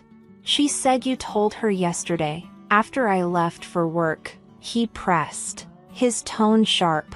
"Michael, I've spent the last 2 days preparing her favorite meal and cleaning up for her study group. Why would I do that if I didn't want her here?" But no matter how much I tried to explain, Chloe's tears and trembling voice always seemed to win him over. One evening, I overheard Chloe talking on the phone in her room. Her door was slightly ajar, and I couldn't help but listen. "She's going to leave soon. I know it. Dad can't stand how she treats me. I just have to keep this up a little longer," she whispered, laughing softly. I froze in place, my heart pounding. This wasn't a misunderstanding, this was deliberate. Chloe was orchestrating my downfall, and Michael was falling for it. I knew I had to act, but how could I prove what I heard without coming across as paranoid or vindictive? Things came to a head one fateful night. Michael came home from work, his expression unreadable. He sat me down in the living room, Chloe lurking in the background with a smug smile on her face. "Emily, I can't do this anymore," he said, his voice trembling. "Chloe feels unsafe around you, and I can't have that in my house. I think it's best if you stay somewhere else for a while." Tears welled up in my eyes. "Michael, are you serious? You're asking me to leave because of lies she's telling you?" "I don't know what's true anymore," he admitted, looking away. Chloe smirked behind him, a look of triumph flashing across her face. With a heavy heart, I packed a bag and left the house that night. But as I walked out the door, I promised myself one thing: I would not let Chloe win. Staying at a friend's place gave me time to think. I went over every interaction, every argument, and every detail that might prove my innocence. Chloe's behavior wasn't just a rebellious teenager acting out, it was manipulative and calculated. I decided to take a bold step. If Chloe wanted to destroy me, I would fight back, but not in anger. I would do it with the truth. First, I reached out to a family therapist, explaining the situation and asking for advice. Then, I began documenting everything: texts, notes, overheard conversations, even comments Chloe made in front of others. The first step to regaining control was building an undeniable case, and I was ready to see it through. With my plan in place, I started gathering evidence to expose Chloe's lies. The family therapist I consulted emphasized the importance of a calm, methodical approach. Chloe's manipulative tactics relied on creating chaos, and I needed to counter that with clarity and proof. One day, I decided to visit Chloe's school. I had always respected her privacy, but I suspected that her behavior at home might mirror her behavior elsewhere. I met with her guidance counselor, Mrs. Adams, under the guise of discussing Chloe's academic progress. Mrs. Adams greeted me warmly but looked hesitant. "Actually, I've been meaning to speak with someone about Chloe. She's incredibly bright, but I've noticed some concerning patterns. She often blames others when things don't go her way and can be, let's say, manipulative in social settings." Hearing this validated everything I had been experiencing. "Has she ever mentioned any issues at home?" I asked cautiously. "She's brought up some conflicts," Mrs. Adams said delicately. "But the stories don't always align." I've been hesitant to intervene without concrete evidence. Her words were a revelation. Chloe's behavior wasn't just targeted at me, it was a consistent pattern. Back at my temporary residence, I combed through old texts and emails. I even found a journal Chloe had accidentally left out one day, a collection of her grievances, twisted half-truths, and fabricated stories about me. One entry stood out: "If Dad thinks she's the bad guy, I can finally get the attention I deserve." It was chilling to read, but it solidified my resolve.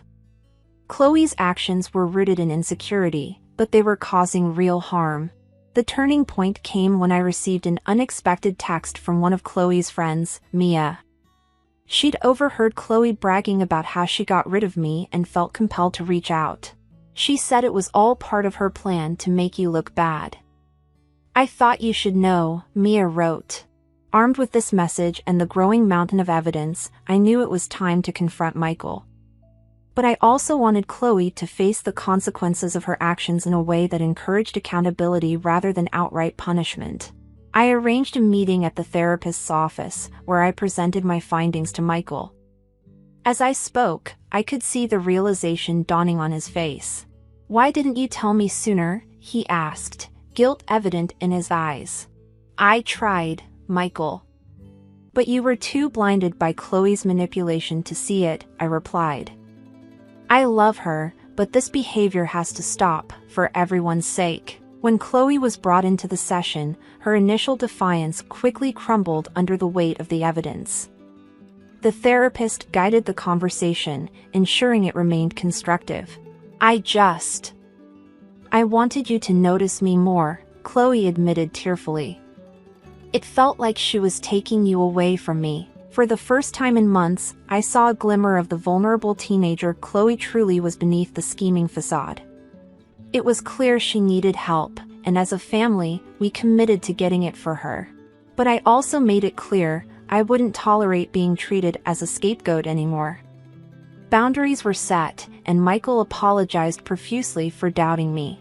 The confrontation in the therapist's office marked a turning point, but it wasn't the end of the journey, it was only the beginning. Michael was overcome with remorse for his earlier behavior. He took me out to dinner to apologize properly, away from the tension of home. "I should have trusted you," he admitted, his voice heavy with guilt. I let Chloe's words cloud my judgment because I was so scared of losing her too. "I see now how much I've hurt you." Hearing those words felt like a balm on my wounds, but trust isn't repaired with an apology alone. I told him, "I'm willing to try, but we both need to work on rebuilding what we've lost." He agreed, and for the first time in months, I felt like we were truly on the same team. With therapy, Chloe began to open up about her feelings of abandonment after her mother left. Her manipulative behavior was a misguided cry for attention and control.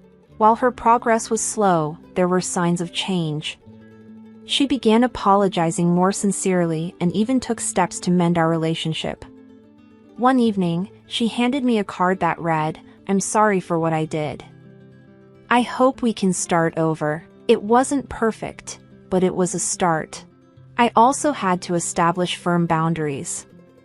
Chloe needed to understand that manipulation wouldn't be tolerated. Michael and I agreed to a united front, no more taking sides. We created family rules, one of which included weekly family dinners where everyone shared their highs and lows of the week. It was awkward at first, but gradually, we found moments of connection. A few months later, Michael surprised me with a weekend getaway. "You deserve a break," he said with a smile. It was a gesture that reminded me of the man I fell in love with. Meanwhile, Chloe continued therapy and slowly began to rebuild her relationships, not just with me but also with her peers. Her transformation wasn't overnight, but she was putting in the work.